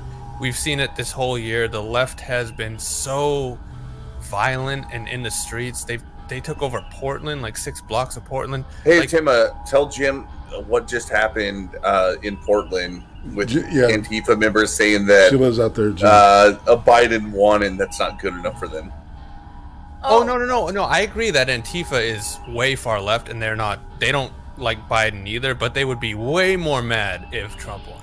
That's just a fact. Well, I don't think they care if Trump won, because they're more focused on harassing people at the local level right now. I think it's an enforcement issue. Well, they haven't really talked about Biden. Honestly, these people don't care who's in positions of power. From what I can tell, The only reason they would want Biden is because they could bully him easier than they could Trump. Now, do you want me to take you down a rabbit hole? From Sure. observation of what's going around. Please. All right, so prepare yourselves, Alice's collectively and or owls, however you wish to be identified. You're a guiding attack helicopter. There's accelerationists on the left, as well as on the right. This is just a convenient jumping off point for a lot of them. The riot's mad about X, Y, or Z subject. It's not really that. My view of how I've been watching it from like a sort of like looking at their tactics, they're pushing people's buttons and seeing what they can do, but they're also trying really hard to piss people off without going too far.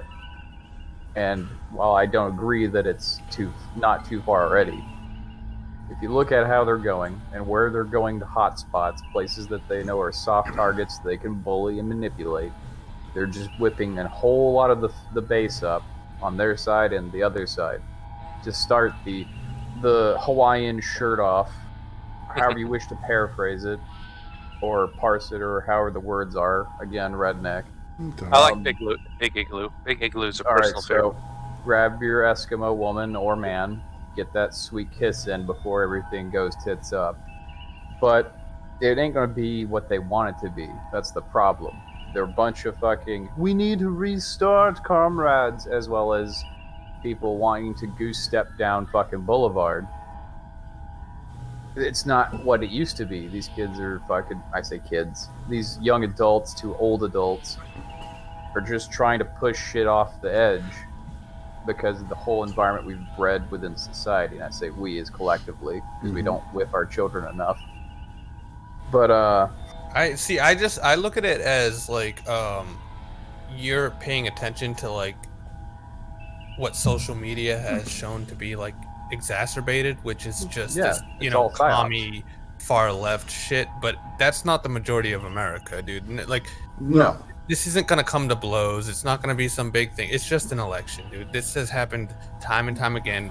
Half the country loses every time. Well, that's what I'm saying. Is the election is not the actual issue.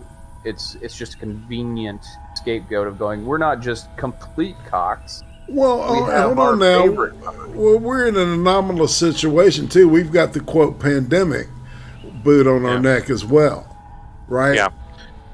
Don't forget to wear your masks, everyone. I know we're all in a tight studio, but 6 feet apart, please. Yeah. I will Social say I did think Trump was going to win just on the fact that he was like wanting to open up the country again. Mm-hmm. I was very surprised. He did win. That's the thing. That's if you look at the numbers. I will argue that he did win. I agree. I once again I believe there was fraud. I'm not denying the fraud, but I'm just saying that I don't know, man. I don't see this coming to blows. I don't think this is gonna actually be as interesting as people think. I think it's gonna be pretty monotonous. And I hope. Well, actually, I agree with you, Jim. I don't think it'll be. I think everybody's just going to deal with the fact that Joe Biden is president. That's what's going to happen. I don't. You mean Kamala Harris? Well, let me correct you. Yeah, Kamala is president. Kamala. Yeah, I think we. Kamala. What is it? I don't know. What's the wrong way to pronounce it? Because I want to make sure I say it that way every time. I've been hearing Kamala. Kamala. Yeah, that. Camel toe. President. Kamala rhymes with Pamela, but just not as hot. No, make no mistake. She will come 2024. It'll go back Republican. I believe that strongly. I mean, we now have a Kamala toe in office. Anyway. Well, and for that to happen, this is something I said earlier. Is pay close attention to just shit that's going on locally with you, right? Pay close attention with what's going on with your school board, your local electors. And just make sure that, because I think wokeness is going to just get exasperated under a Biden administration. Oh yeah, like this thing we all hate. Like he's going to be super permissive of it. They're going to get plenty of administrative positions, and we just need people to oppose them. See, at every push it hard. We were already seeing it. We're already seeing the purge coming. I'm not I don't trying to mean- be like combative. But I just disagree. I think under a Democratic leadership, the pendulum will start to swing the other way, like it always does. Dude, the only reason it got as bad as it did the last 4 years was because of Trump and the Republican leadership. Now that the fact that Democrats are in power, it'll swing the other way socially. People will start to be like, okay, well, fuck the president, fuck this guy. Everyone will always hate the president. Here's the problem. You've got 70-some million, essentially retards, who voted for Biden. I don't believe that thinking that he was going to make the country better. There's no way. There's no way more people will vote for Biden. Exactly. What I'm saying though is, you have a chunk of people who voted for him, like legitimately. Let's not discount the fact that there are tens of millions of retards out there who did actually vote for Biden. But they didn't vote for him. They were voting against Trump. Yeah, that's the problem. They're going to keep being anti-Trump. They're going to keep stoking that hate. But they don't like Biden either. That's the thing. Well, remember that 4 years ago they were talking about Russian interference, and all of a sudden now there's nothing wrong with the system. It's perfect. Yeah, now it's a perfect haven. No corruption ever. Right, exactly. Our leader got in. Ain't no mind to the man behind the curtain. Yeah. Wait, Jim, I think I am on the same page as you for some, like, on the wokeness thing, right? If wokeness actually goes rampant under Biden, and what I suspect is most Americans don't like that, that the pendulum will swing the other way.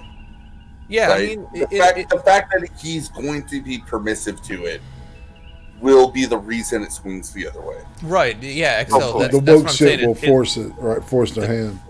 The reason why, like, wokeness took such an upswing is because Trump was so anti-PC. He would say whatever he wanted. A New Yorker, is what he would just say whatever he wanted. He's a New Yorker. Well, here's the New Yorker, and everyone was, what the fuck, and it just hyped up the whole movement. Yeah, but here's someone on the opposite side, like a Biden, who only talks PC. It'll swing back, dude. It'll swing back. But the problem with your statement, though, is that you're assuming the uptick came from Trump. The uptick of wokeness began under Obama. Obama is the one who pushed a lot of the PC policies, and here's the thing: he pushed a lot of the institutions. If you look at the military, he drove out many of the good generals and put in a bunch of politically correct nonsense in there. The biggest thing that's been holding Trump back these last 4 years are the Obama appointees, the Obama bureaucrats. You have the FDIC still pushing choke point. That's why things like New Project 2 couldn't get off the ground, because they still are threatening the banks. They're still using the banks to clamp down on conservative alternatives with big tech. That's from Obama. So Biden is just going to continue that process of institutionalizing critical race theory at every level they can, and now they're going to accelerate it. They're going to push it harder because now they want to make sure a Trump can't happen again. And in their mind, that means completely right. You're completely right. Institutionalizing this, and so it reacted against Trump because Trump was kind of an existential threat to him. But if Biden wins this, it means that we can beat him and we can stop this. So we need to do it harder. You're right. Because Trump was a symptom, not the cause of this. So let me be clear about that. He was a symptom of the Obama. But here's the thing, though. He revealed the problem. People started paying attention in 2017 on either side of the aisle and saying, oh my God, this guy is an outsider and he's speaking for us. And then there was the other side, like, holy shit, this guy is a threat to the system, and he's speaking for the other side. But now everyone's paying attention, and if he loses and the establishment wins again, everyone's still paying attention. So that other side that was like, oh, he's a threat, they're gonna realize really quick, like, holy shit, this new these Democrats who claim to be saving the country, they're just as bad as Republic. Like, they're gonna realize real fast, dude. It's gonna be a good thing for a lot of people. But how are they going to realize it? The media is completely in the tank. We've already had the observation made that there will be no critical media coverage of Biden and Harris. Like, Antifa will be able to do whatever they want, and if you try to talk about it, you'll be branded a conspiracy theorist. Well, here's the how thing. is there going to be a move against critical race theory when the media is going to tell everyone everything's fine, now Biden's in charge, everything's fine. Yeah, you may have lost your job, but that's just an anomaly. The economy's doing way better than under Trump, even as it tanks. I mean, because one, Trump kind of bashed that whole news outlook. Even the people who are against him kind of question news now. And two, because once again, like I said, when I got into this, I was against Bush really heavily. I was growing up, and I was like, Bush sucked. So I mean, yeah, but hear me out.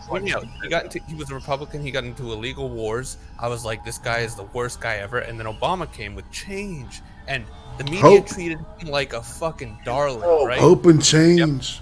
Yep. Right, but here's the thing: is mainstream media treated him like a darling.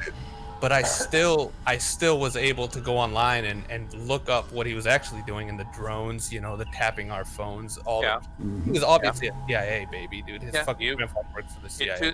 I agree. In 2008 under Obama, the control of information was not as tight as it is now. Because remember, during Obama's first term, Google, Facebook, Twitter, these guys were not infiltrated by Democrat operatives. Remember, the reason that Twitter and CCP operatives changed is because you had Obama administrators went over into the tech companies and have essentially taken them over and turned them into instruments of the state. You also have Chinese government officials working for them too. Now, I think you also remember, but that was a fundamental shift in the function of those tech companies that took place like at the tail end of Obama and during Trump. It was not President Obama. So you're saying like, I can still look up and find these things. Yeah, they're going to try to control that a lot better this time around. They're learning their lesson, is what I'm pointing out. I won't say who a client I work for is, but the one thing about, if you look at the parent company of Google, for example, Alphabet, they worked directly with DARPA for a time, especially under Bush as well as Obama. They did tend to show favorable results for that current president's action. Obama's in Afghanistan. You could see that. We could see that with the intranet whenever I was over there. And after a while, when it became not as cool because of all the drone strikes and the WikiLeaks started happening, they started tightening up their security. I can tell you right now, I won't name names of companies I'm working for in a sense, but they've definitely tightened up their shot group. Everything you say and do is not being reported to governments. They don't give a fuck. The tech companies don't give a shit who sits, again, on shit mountain. They want to advertise you. You're worried about Biden taking over and getting rid of your guns. You will see a plethora of gun ads, ammo ads. Oh, do you have any armor? Do you need some? And then on the flip side, you're worried that gunmen are coming to take your shit. You'll see a plethora of ads talking about how gun control is just around the corner. I mean, they're playing both sides. Dude, Biden's not coming for your guns. He's not a socialist. He's not. He's as moderate as it comes. He's the establishment example. I'm not worried about Biden. I'm worried about guys. No one's coming for our guns. Okay, let's get that straight. They already did, dude. I don't. You keep saying they're not going to forget. Obama already did, and he succeeded to a large degree. Operation Choke Point. He shut down mom and pop gun stores. He reduced the access. One reason that ammo is so expensive right now, one reason guns are so expensive right now, it's not just demand, it's also because Obama was effective at cutting down the supply. And Biden will continue that. They'll just do it stealthy. Yeah, they're not going to overtly say we're going to burst into your house and take your gun. They have found other ways, and they're going to use those. Okay, so they do come for guns. Obama already came for the guns, and unfortunately, he got away with it. And Biden-Harris is going to continue that. So you can't say they're not going to come for guns because they already have. Well, you're looking at them like they're like some far left fucking dude. They're not. I don't look at them on a spectrum like that. It's all back to money as well as marketing and fucking, dare I say it, capitalism. Yeah, and you know what makes money is selling guns, dude. They're not. And what do you see when they say we're going to have sensible gun control? You see spikes in gun sales, ammo sales, armor sales, memberships to whatever insert rifle association you want. That's what I'm saying. I agree with Tyro. They've made a demand artificially where people were buying ammo regularly. They're not going to come and take the guns because you want to buy more guns. I agree, but I don't want to like control the conversation. But I do want to get back to what Tyro was saying. Is I do agree with him that the flow of information is being compromised. That is the thing, the most important thing I think about these times. Yeah, because and I think that'll get worse under Biden and Harris. I do think it. No, I agree with you. Okay, I'm glad you agree. So with that, I think we're completely in agreement. But I still think the people that want to seek the truth will always want to seek the truth and always find a way. I think there'll be a way. I agree that there will always be a way around it, because even in China, communist China, there's a way around their firewall. But they're not worried about 100%. They don't need to hit 100%. They know better because they're very sophisticated on the modeling, and I know exactly the kind of models they use. You don't need 100%. You just need to be able to keep the normies ignorant. That's the whole Overton window thing is a thing. You just need, so long as you make it difficult enough for the normies to see it, you're good. And that's the game. That's the win condition for them. It's not completely wiping it from the face of the earth. It's that, can they convince a normie that if you say something that's too far out of their paradigm that they haven't been exposed to, that they just say, oh, that's conspiracy theory, when it isn't. Like, look at this voter fraud thing. I mean, I've got a guy in Aiden Paladin server who is convinced that all this voter fraud stuff is just conspiracy theory nonsense. He refuses to listen, and unfortunately, that guy's just dumb. Not abnormal. He's not abnormal. That's a lot of these. You look at Shoeonhead's Twitter, and a lot of her followers are like, it's just conspiracy theory stuff. It isn't. People are. You should tell them to watch this stream at the very beginning, where we proved that it's not just nonsense. Like, there are valid reasons for rational people to believe that fraud happened. Yeah. I just have a question. Yeah. How can we say that Biden is moderate when he said he's going to phase out fracking in 2035? Phase out all fossil fuel usage by 2035? Moderate might be the wrong word. No, he is moderate. He's 100%. It's the same. Since when has been removing 30% of our economic cornerstone? Well, because he just said it. Because it's a moderate idea. Well, because he just said it. He didn't actually mean that he was going to do that. Well, I mean, he is a politician. Anything he says, he doesn't really mean.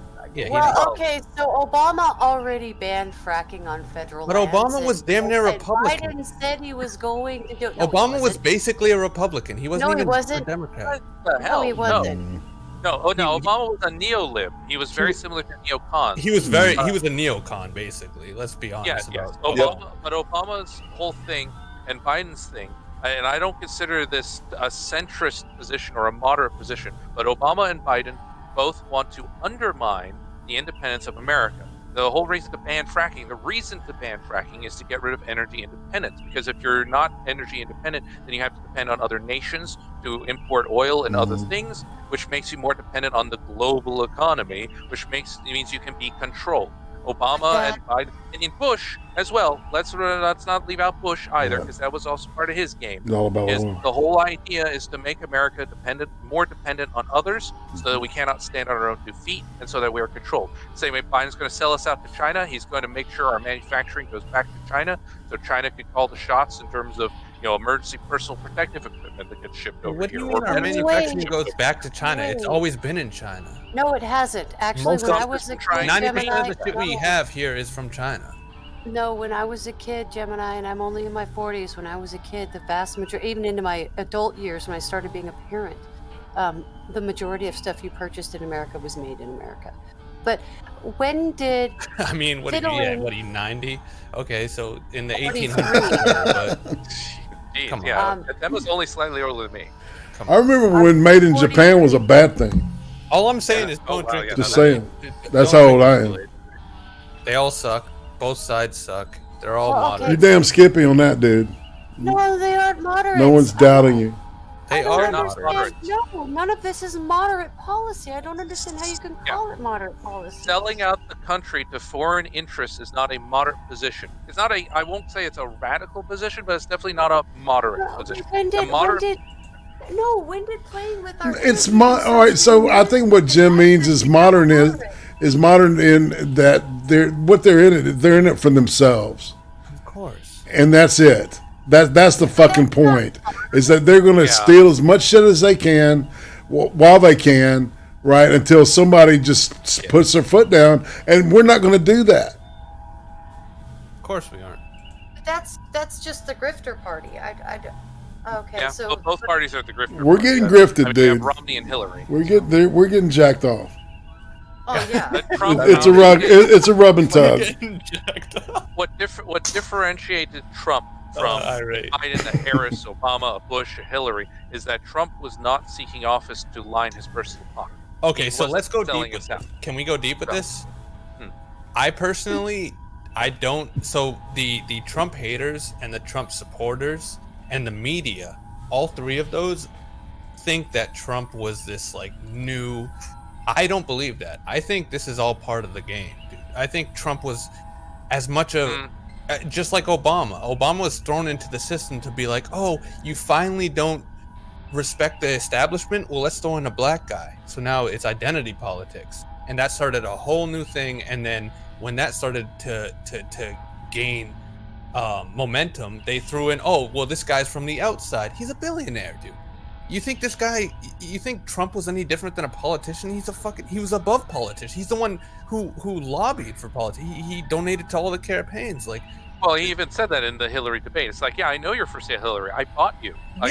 So why trust him more than it's like, guys, because his actions demonstrated the way he acted. He did act in the best interest of the country. His focus on America first. You're trusting consolidating manufacturing. Outside words. I think because he made the inside words outside words. It doesn't matter whether people trust him or not. What they care about, because I don't trust him, I trust fucking nobody unless they've proven themselves to be trustworthy. And I think what most people do, because I'm not even really a Trump supporter so much as I'm all fuck telling me what to do, just leave me the fuck alone supporter. Right. So, Amen. And Trump was a big middle finger. Let's not forget. He was a big middle finger. He was a big middle finger. He cut regulations, things like that. It had shit to do with anything. I'm sorry, he's offering term limits. He's offering less war. He's offering lower taxes.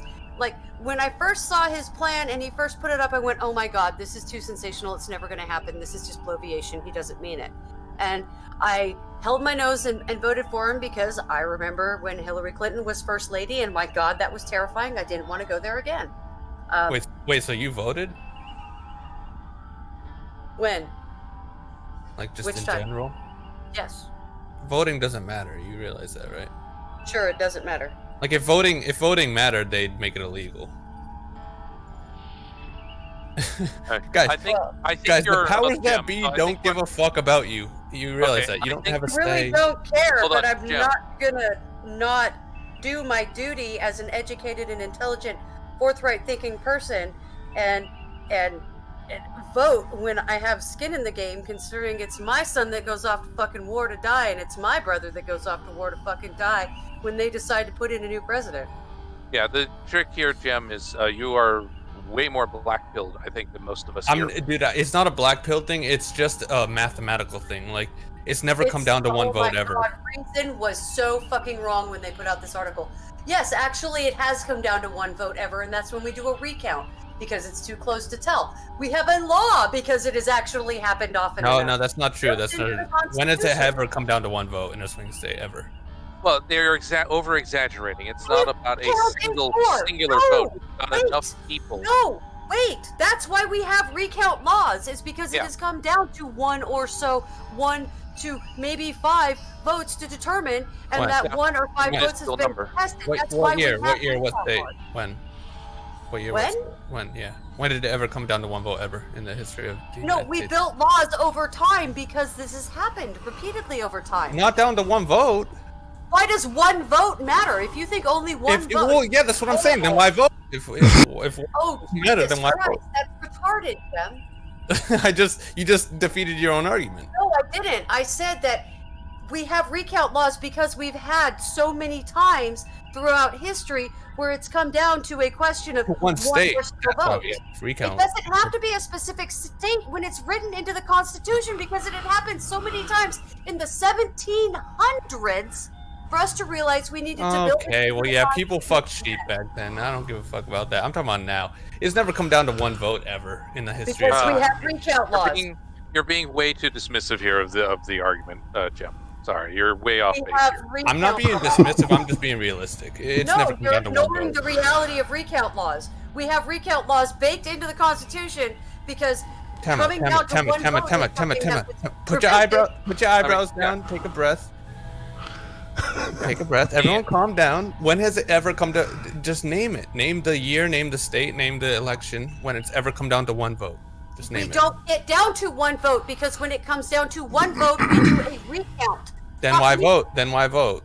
Because the recount verifies all the votes. Yeah, but it's not one vote, though. I'm talking about you individually, your vote. I'm not talking about everyone else's. Okay, well, I'm not so self-centered to assume that everything I do is supposed to be that effectual and important in the bigger picture. Yeah, Then why vote in the first place? And votes are tallies. If you don't think it's all about you and it's not this whole thing about... Because I recognize the importance of a grain of sand within the dune. Yeah, but one grain of sand doesn't make up the dune. But it is still a part of the dune, and it still has purpose and A value. very small part that doesn't make a It's difference. still equally purposeful and equally valuable to the dune. It's It not. matters If you not took one its grain of size, sand out of the it dune, the has dune value. still stands. Well, here's, I mean, a lottery, for example. If you find... Whether the grain of sand is more or not, it is Irate, I love you. I love you. It's just like, it's like I can tell. It's like, yeah, you know. Yeah, you've already committed multiple logical fallacies here. Because you are failing. Holy you're shit. only seeing the infinitesimal, and you're not seeing how the infinitesimal adds up to be a whole number. I mean, math Okay, alone. no. The existence of math Maybe alone- he be trolling. Just saying. No, so you're saying, Tyro, basically, you're about to go down the road I already know, where you're like, okay, well, if everyone said they weren't going to vote, then there'd be 1,000-person difference. Yeah, but your individual vote doesn't affect No, that's not actually the anyone route else. I was going. It doesn't matter. None of that fucking matters. None of that fucking matters. Yeah, and your vote doesn't matter. The vote does matter because it No, matters. as your value. vote doesn't matter. Your particular individual It vote matters doesn't to matter. me. It matters to me, so therefore But it doesn't has matter value, to the and therefore outcome. it matters. It doesn't matter to It the could. outcome. Well, you're arguing. It couldn't. It couldn't. It never would.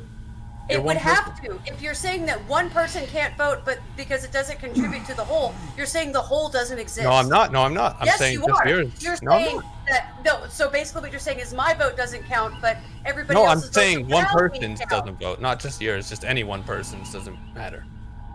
Yes, Well, it does, because without every one person involved, there won't be. Yeah, a but count. your one individual vote doesn't influence anyone else. It just influences you. So your one vote doesn't matter. Whether you vote or not, it doesn't matter. It's not the supposed to. individual- It's supposed to be your opinion based on what the information is. It's not supposed to have an influence that creates the world. It's supposed to be your statement. Then why do as it? to Then how why do you it? want something to be done. Then why Because do it it? is supposed to be your statement on how you want the republic to be done. You are requesting that representation do as you state as important. Yeah, That they doesn't are have to be collective. It is individually properly based. Sorry. Okay, so if Yeah. you see a YouTube video that has 2 million likes and you like it, does that like matter?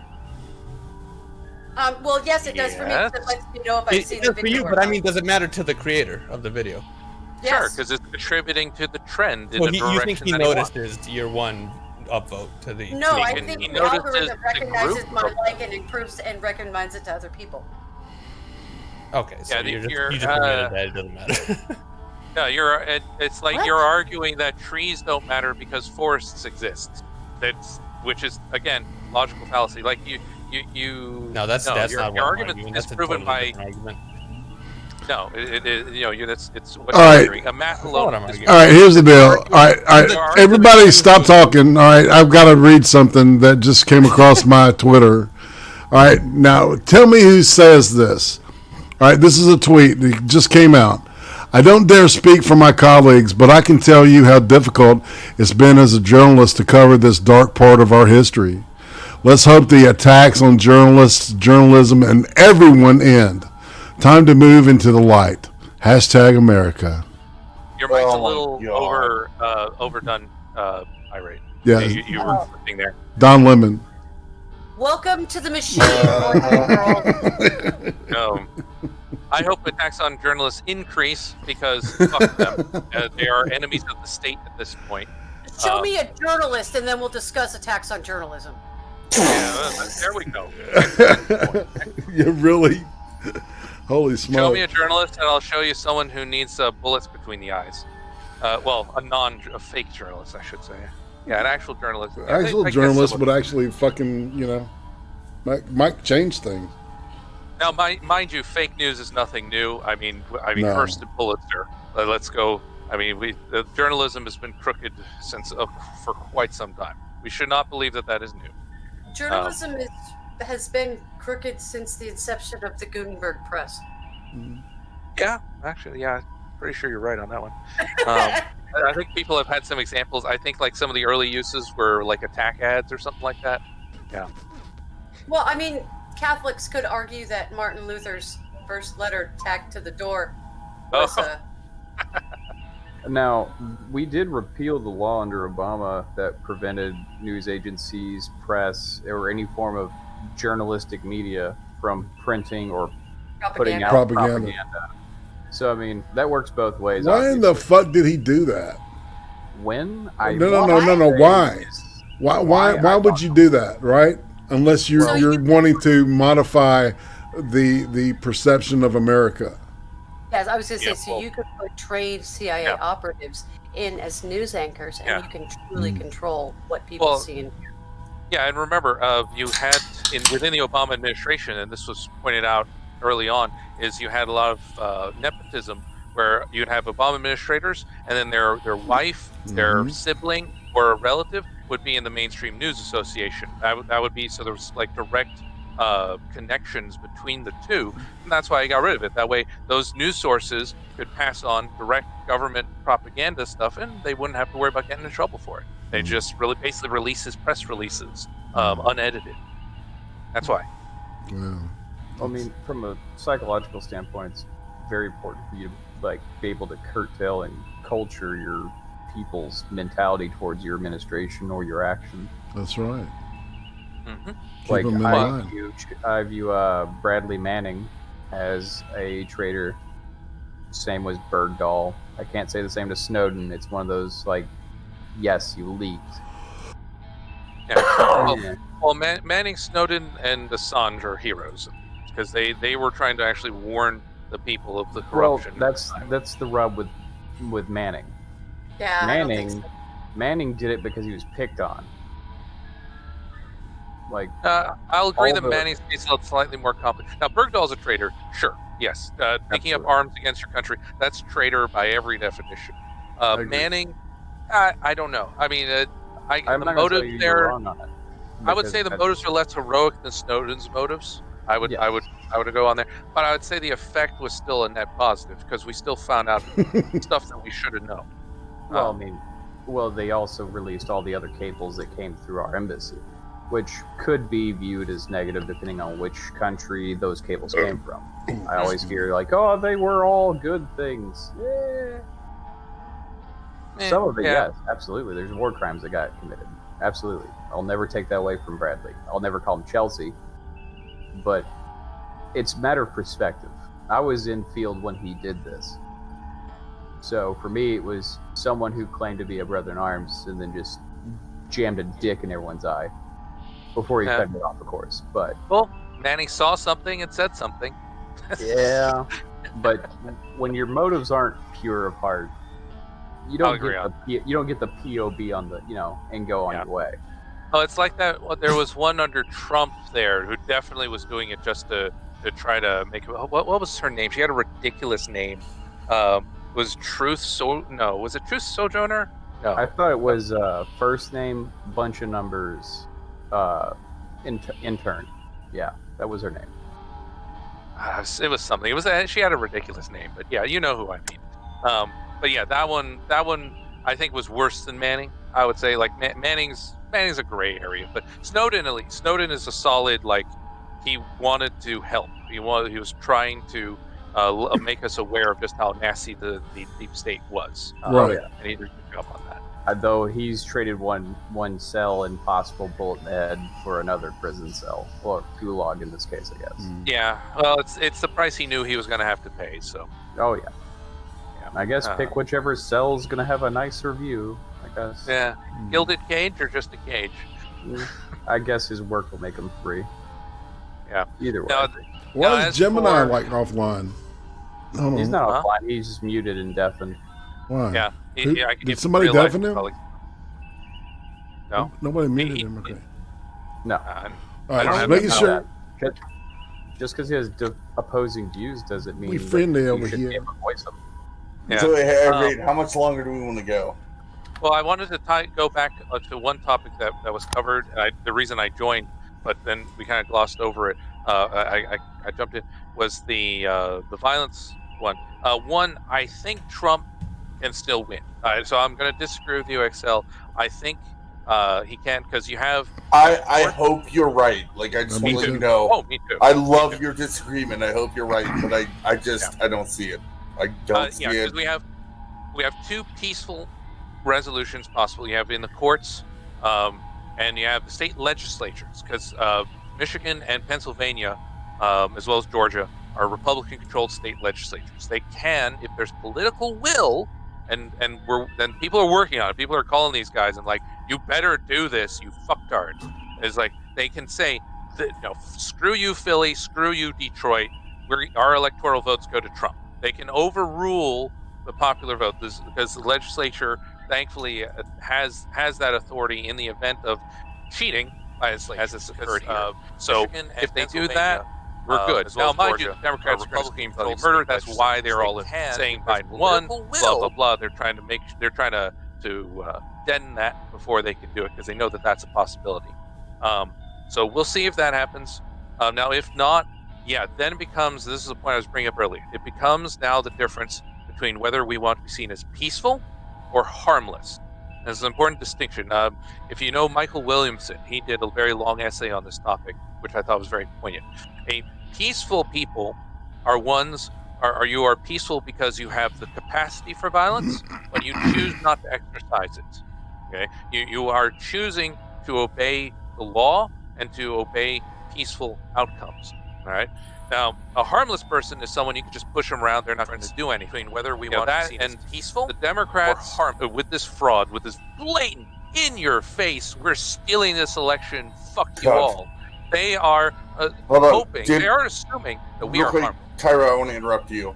Did you catch enough of the stream to say that? Like, I think we proved with beyond a reasonable doubt that fraud occurred. Yes. No. I'm agreeing with you. Yeah. No. I'm saying, fraud definitely occurred. Yeah. This is blatant, in-your-face fraud. Yeah. The left is rubbing it in our faces and going, "Hey, we're stealing the election. Hey, we're stealing the election. Ha ha ha." They're not even bothering being stealthy about it. I mean, because like in 2018, they were a lot stealthier about it than they were this time.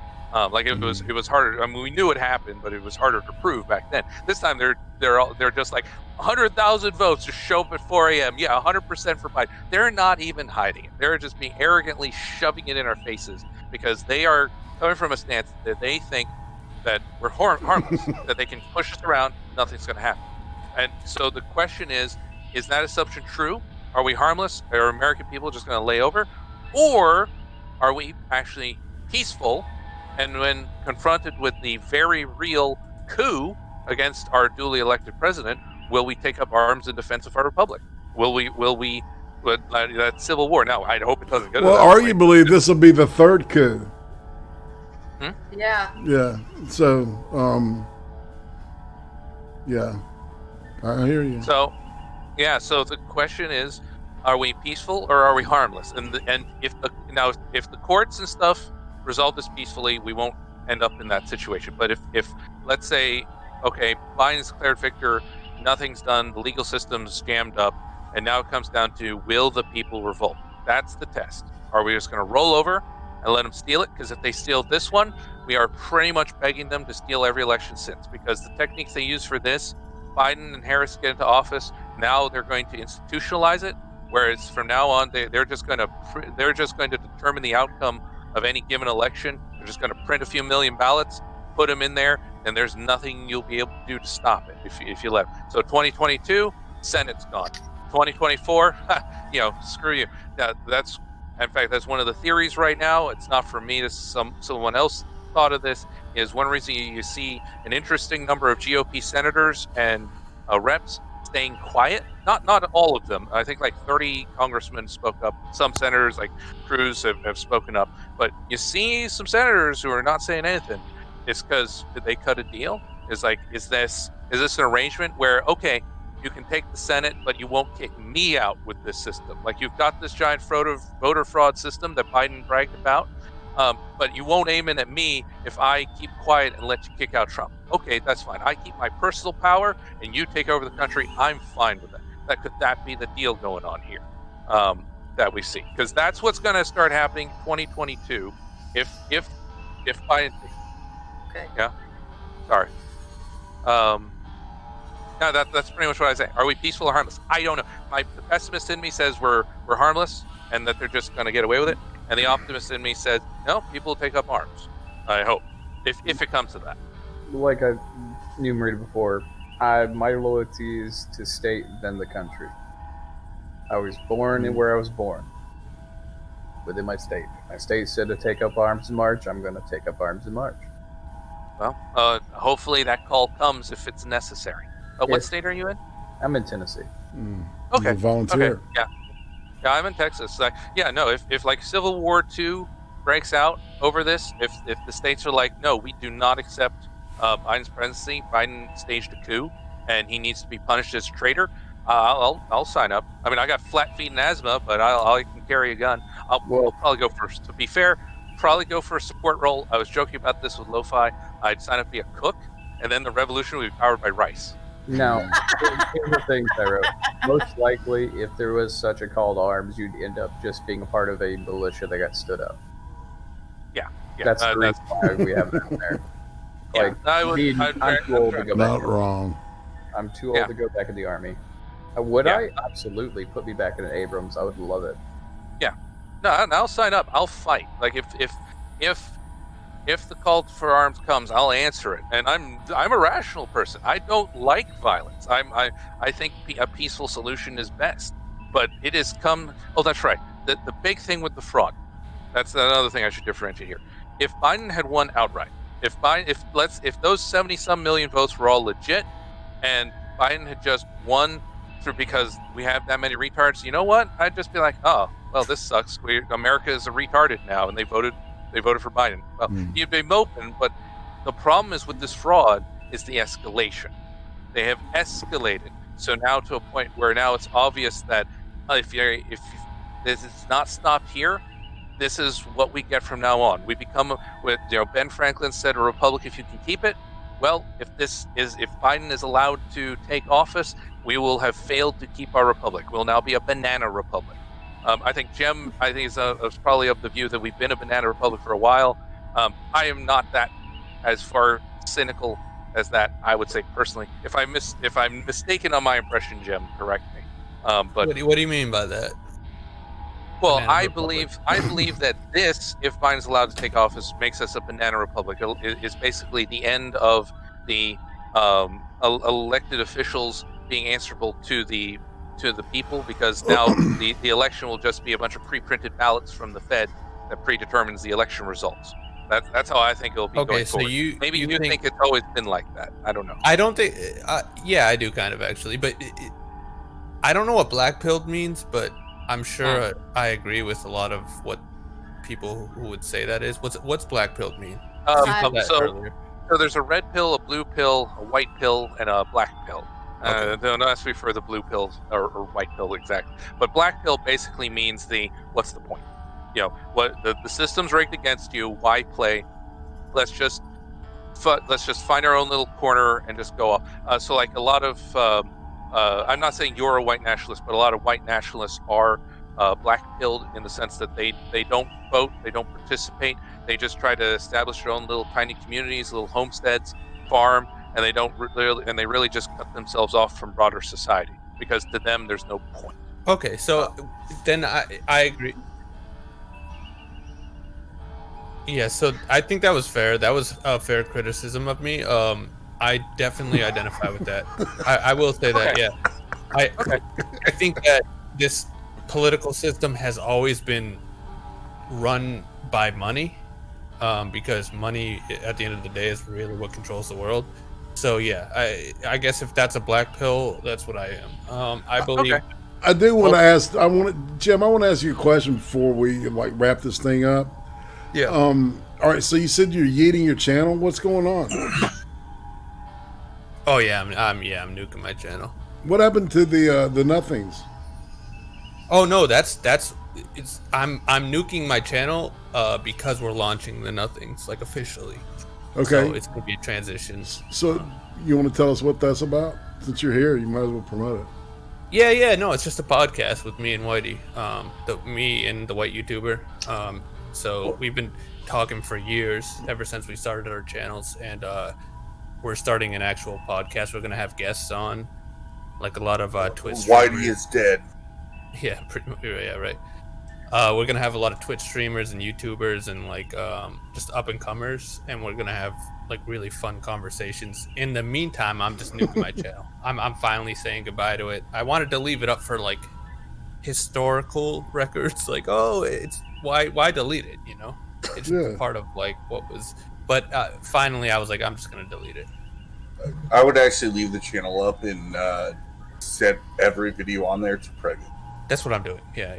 That's what I mean. Don't actually delete it. Don't eat that. You don't eat that shit.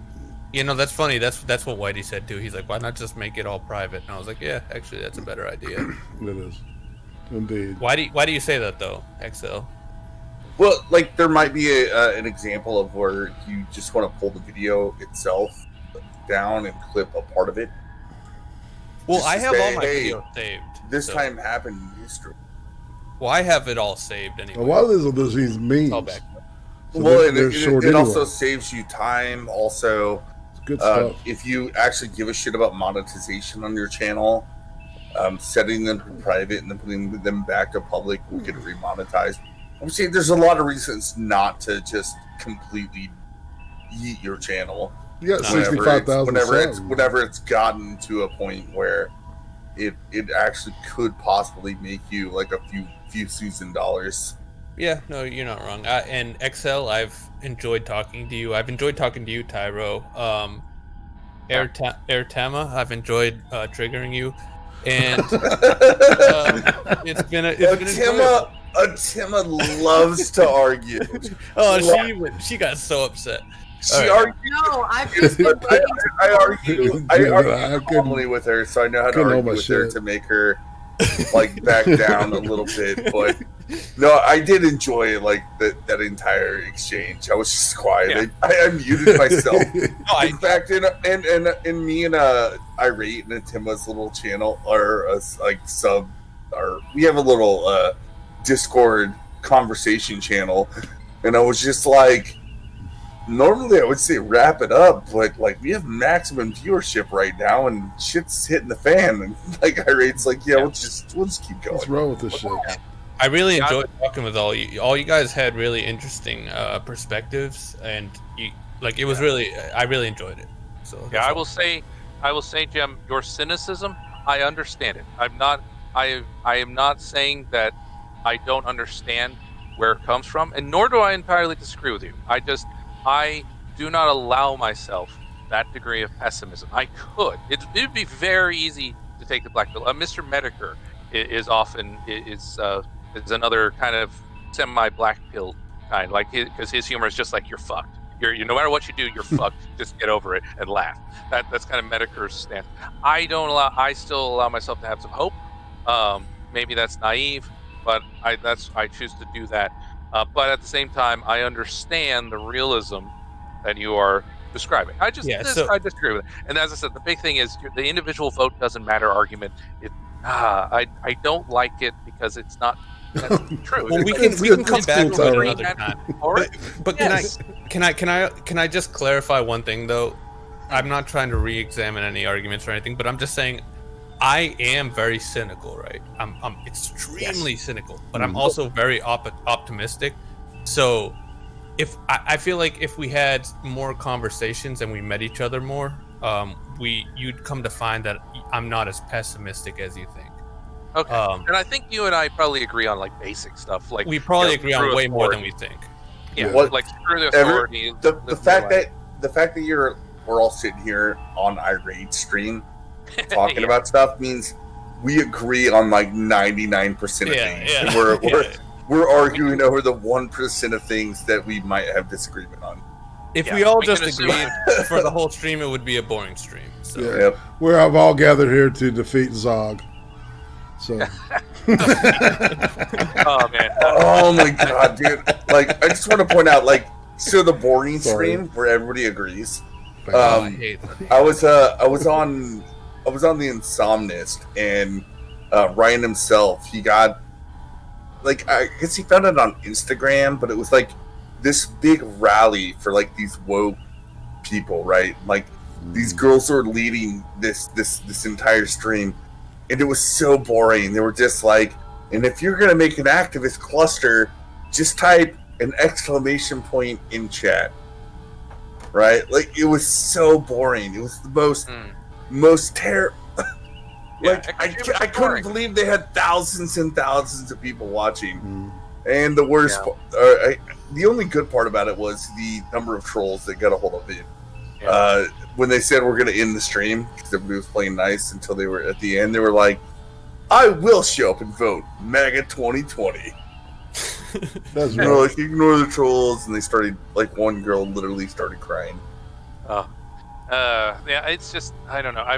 I would like to debate and argue. It's hard to find people on the left who, oh man, as I said, I got that one guy in Aiden's server, who's pissing everyone off. He's actually drove like at least one person off, and it's just, it's. Well, like, on that note, like, you know how a lot of people are giving Tim Pool shit for having Valshan? Yeah. I saw that whole thing. Like, I agree. Vouch is a piece of shit. He's not an academic. He belongs in internet blood sports, not like real academic discussions.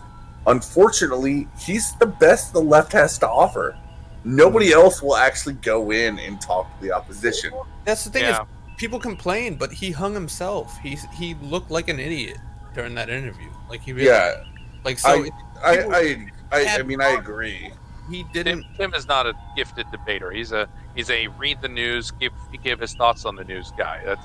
But I think it's smart not to debate him. I think he let him hang himself. He was just like, hey, what? Like, he didn't even know the first thing about anything. It was like the Rubin report. It's like, Vash, just say what you believe.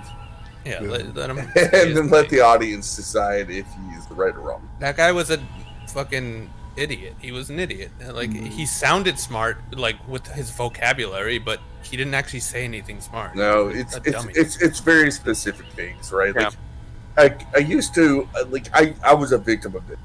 I used to be able to sound really smart debating Austrian economics because I read up on it like crazy, and I didn't know anything else about any opposition to Austrian economics. However, most people don't know a goddamn thing about economics at all. Yeah. And I sounded smart, even though I was not really addressing all the issues and criticisms at hand. Like, at this day, I would even say, like, well, I kind of side with the Austrians. Like, I realize there's a problem with that school of thought. Well, in 2008, when I was Vouch's age, man, I was fucking know-it-all. Well, it's not even that deep. It's just, if you think Trump was a Russian agent, you're just not. I can't take you seriously.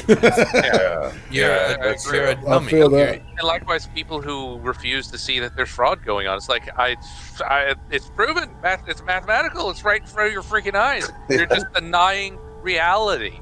You're denying reality to own. Thank you, Tyro, for circling back. And Tyro, which is what we showed. Well, the funny part about that, Tyro, is it's both. You're on the same side. The same side that was pushing the Russian narrative is the same side that's saying, "Oh no, there's no fraud now." So right. if you're against both, you're on the right side of history, in my opinion. Because truth is whatever they say it is. Because postmodernism. So people try to conflate it though and be like, "Oh, they try to twist it up and be like, oh, well, you think there's fraud," and it's like, well, you were the one who was saying fraud for the last 4 years, and now like people are just dumb, dude. I hate them. I hate them all. And did you see, guys? I think Trippy took a takedown of Sophane the other day or something like that. I don't know if you call him Snowfane. That was funny as shit. Trippy the Nazi clown. Yeah, I cannot see the exchange. After I BTFO'd Sophane, I think like 3 or 4 times on different topics.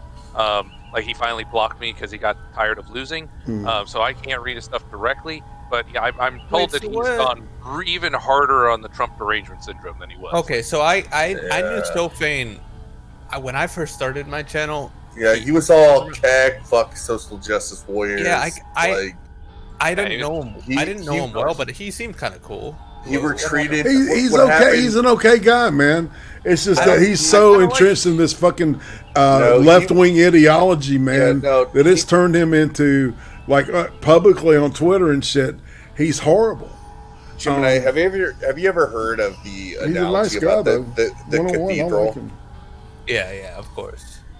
Right. So I think what Sofane did is he found himself in hot water and retreated safely back to the cathedral where he can be safely within the realms of popular opinion. You're quoting Herman Hesse there, man. But I feel like my parents are in the cathedral and I love them to death. So it's like I don't really. Sofane was always nice to me. He was always I had good interactions with him. He's a good person. I can't speak to him now. I haven't talked to him in years, but it's not that I dislike him. It's that his opinions are more and more becoming like you're just parodying the cathedral now, right? Yeah. Like these are the normal things that like we're supposed to be led to believe, and you are buying into it completely. Right. When 4 years ago you were completely against it. Yeah, I mean, he's discarded his punk identity and become a boomer. It's like, I'm sorry, dude. I mean, a punk is supposed to question and be skeptical of things. Yes. And you're just accepting the mainstream uncritically. Tyra, dude, isn't that the worst when people who claim to be like punk and like the young generation, they're like, oh yeah, it used to be fuck the system. Yeah, they're all fucking socialists and shit. I can vouch for this because I've shown him plenty of videos. I grew up in the punk community. Like I grew up a punk rocker. And I'm just looking at today, and I even see some of my old punk friends. They're just going like, "There's nothing punk rock about you." Right. Like you're just parodying mainstream ideologies. But they think they're punk. They think they're the ones flipping off to the system, and it's like, no, you're the one behind. Like Wall Street backs your cause. Exactly. You are the system. You are the establishment, and you think you're flipping off the establishment. You're with them. You idiot. And I tried pointing this out to Sophie, and his response is, "Well, like, are you punk?" I'm like, no, I'm not claiming to be punk. You are. Yeah. You're failing at it. I mean, I don't have to be punk to recognize that you're not punk anymore. Yeah. Look, I for sure have the street cred, the historical cred, to say that I've been part of the punk communities and I've seen what's going on with it. And there's a divide. Like, what's really happening is a lot of the older people that were punk rock, like what Johnny Rotten, right? He's a huge Trump supporter. Yeah. Sex Pistols too. They're just saying, "Fuck you, punks!" Like they're, disassociating themselves from the idea of being punk because. Oh, he's got the hiccup. God, I have the hiccup. You know what real punks are? They don't give a fuck. Yeah, what are you drinking? Your bubbly? Yeah. Yeah, what are you drinking? Root beer? This guy over here. Root beer. Yeah. No, but you're right though. You're right, dude. It's like, fuck the system, fuck the establishment, and I've always been that, regardless of what side that puts me on. I'm pro free speech. I'm I'm anti-war. I don't care what you people say I am. I've always been free speech, anti-war. That's my. Yeah, well, I'll go to the grave with that. And if you guys want to switch your parties, that's fine. But I'm gonna stay consistent. Fuck you all. I hate them. I hate dude. Like in 2008, I was like part of a ska punk band, and there was a band. There was a band called Bent Left, which were like these leftist leaning socialist communist types. And even though our band's name was the Magnificents, every time we played with Bent Left, we came out and said, "We're bent right." Well, I blame fucking Jello Biafra and fucking Green Day. Yeah, Green Day. Green Day fucking, man, they drove the car off the fucking road and into the lefty ditch. I fuck with Green Day though. But the real Black Belt Brides did it. Green Day was never punk. I knew them back when they did Dookie was a good album. Dookie was a great album. Dookie is a good album, man. Yeah, I totally concur. Never punk. They were a bunch of druggies that just wanted to make money. Nah, they were punk. They were punk. I knew them personally. I'm with Jim and I. I'm not going to say they were never punk. Like during that era, like they were not punk. No effects was more punk. Whoa. All right, fam.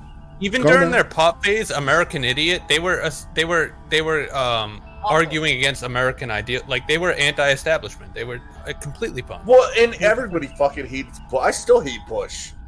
Yeah, dude, of course. But being against American ideals isn't punk.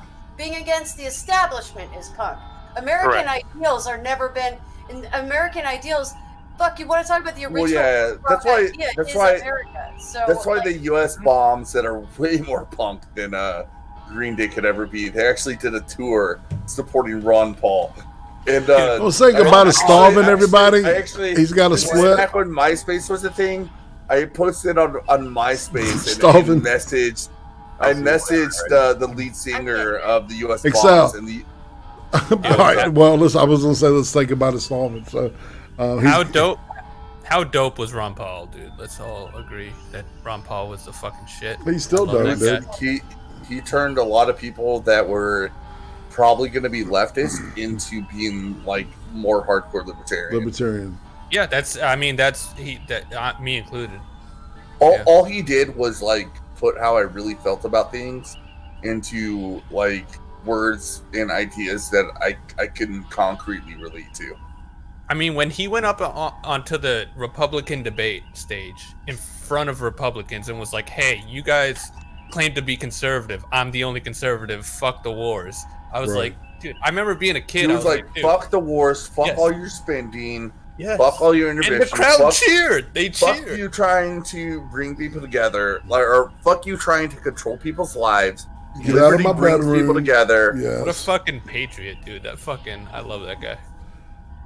We do not disagree on that. Well, all right, so it's time to chill out because I have to go in a minute. But I did. Jim, you're the only person in this room that I haven't interviewed on my show. Just saying. True. Yeah. Tomorrow, Ice Cream interview. I'll be interviewing right-wing BDSM guy, and Monday, Beck and I are going over Communist China's influence in the U.S., getting a little deeper into that. So, let's see. Excel? So, I'm just going to say I'm going to shield for you. So, after this is over, you're going to schedule time with Jim and I, a day for you to do an ice cream interview with them, because that needs to happen. But otherwise, just check us out every Saturday night that there's not a Bama game. Come out to Exelereighted Deconstruction, where most of the time, unlike today, we'll be talking about more academic stuff like critical theory and how we're going to get into gender theory next week. That's where we're going. Jesus, the fun shit. That's right. All right, Tema, you got something you want to show, buddy? It helps if I unmute. Yes, it does. Tomorrow evening, I will be doing a show with Messiah Keck and Sir Adamantine Addy. It's called The Rat Skelter. It's on Messiah Keck's channel. Sorry, my brain just kind of went for a second. Hey! Please tell Sir Adamantine I said hi. Gemini said hi. I will tell him. And we are going to be talking about current events, and I'm going to be discussing a by the numbers breakdown on why I think this may be the worst election fraud America has ever seen, and I think if we had a functional FEC, our election would have been already declared a redo. And oh god, did we give you a bunch of weapons today for that stream tomorrow? Indeed. So. Indeed. I truly. 7 p.m. Central. Sorry. Oh, sorry. Yeah. Okay. No, go ahead. I truly believe Biden will win, and I wish he wouldn't. But I will say that Trump still has a slim chance in the courts. He still has a path to victory in the courts, a real path that people aren't considering. he could actually still win it in the courts. That's 100% fact. I don't think he will, but there's still a path. But yeah, I had fun. Irate, it was good to talk to you, man, after years, probably like a year and a half. It's been a while, dude. So even hearing Sir Adamantine's name, got me excited, dude. I used to talk to that guy like all the time. So I love you all. Thank you all. I hated to get. Hey, how do I get in touch with you? Because I really do. I've got an opening on the 29th, and I'm dying to pop you in there on the Sunday afternoon, 5 p.m. Dude, Eastern. I'm so down, dude. I still have the same Twitter. Okay. And my Discord just here. I'll message you right now. Killer. I just messaged you, so yeah, message me on here or on Twitter. Thank you. All right, cool. So I've got you penciled in, and we'll nail it tomorrow or the next day. Okay. All right. That's great. Awesome. All right, cool. Tyro. I love you all. Let's see. Main thing I have to shill is my Biswell Complex blog. That's been my main thing. Instead of videos, I've been doing blog. The purpose of the blog is basically just like catalog evidence of Biswell behavior on the from the barrier and the pipeline. So I've already posted one post on the voter fraud stuff. I've got 5 more coming all next week and more on the way. I'm documenting and archiving everything I can find about it, so that way we have a historical record. So when they try to say, oh, it's just conspiracy theory or blah, blah, blah, no. It's like, no, here's the post. I'll organize them later. I'm just like, it's just post it up, getting out there. So you can check that. I also have a lot of other items like the complete Twitter following list for the Ohio shooter from last year. I've got that up there. I've got it's an evidence blog. So later, if I get back into doing videos, I can go back to my own blog, search through it, and be like, oh right, example of that. Because yeah, we forget things very quick. Like I forgot the name of that one lady with under Trump. This this helped out. So please check it out. Much love, bro. BiswellComplex.wordpress.com. I got it in the chat. Sorry. All right, everybody, let's say goodbye and get the flock out of here.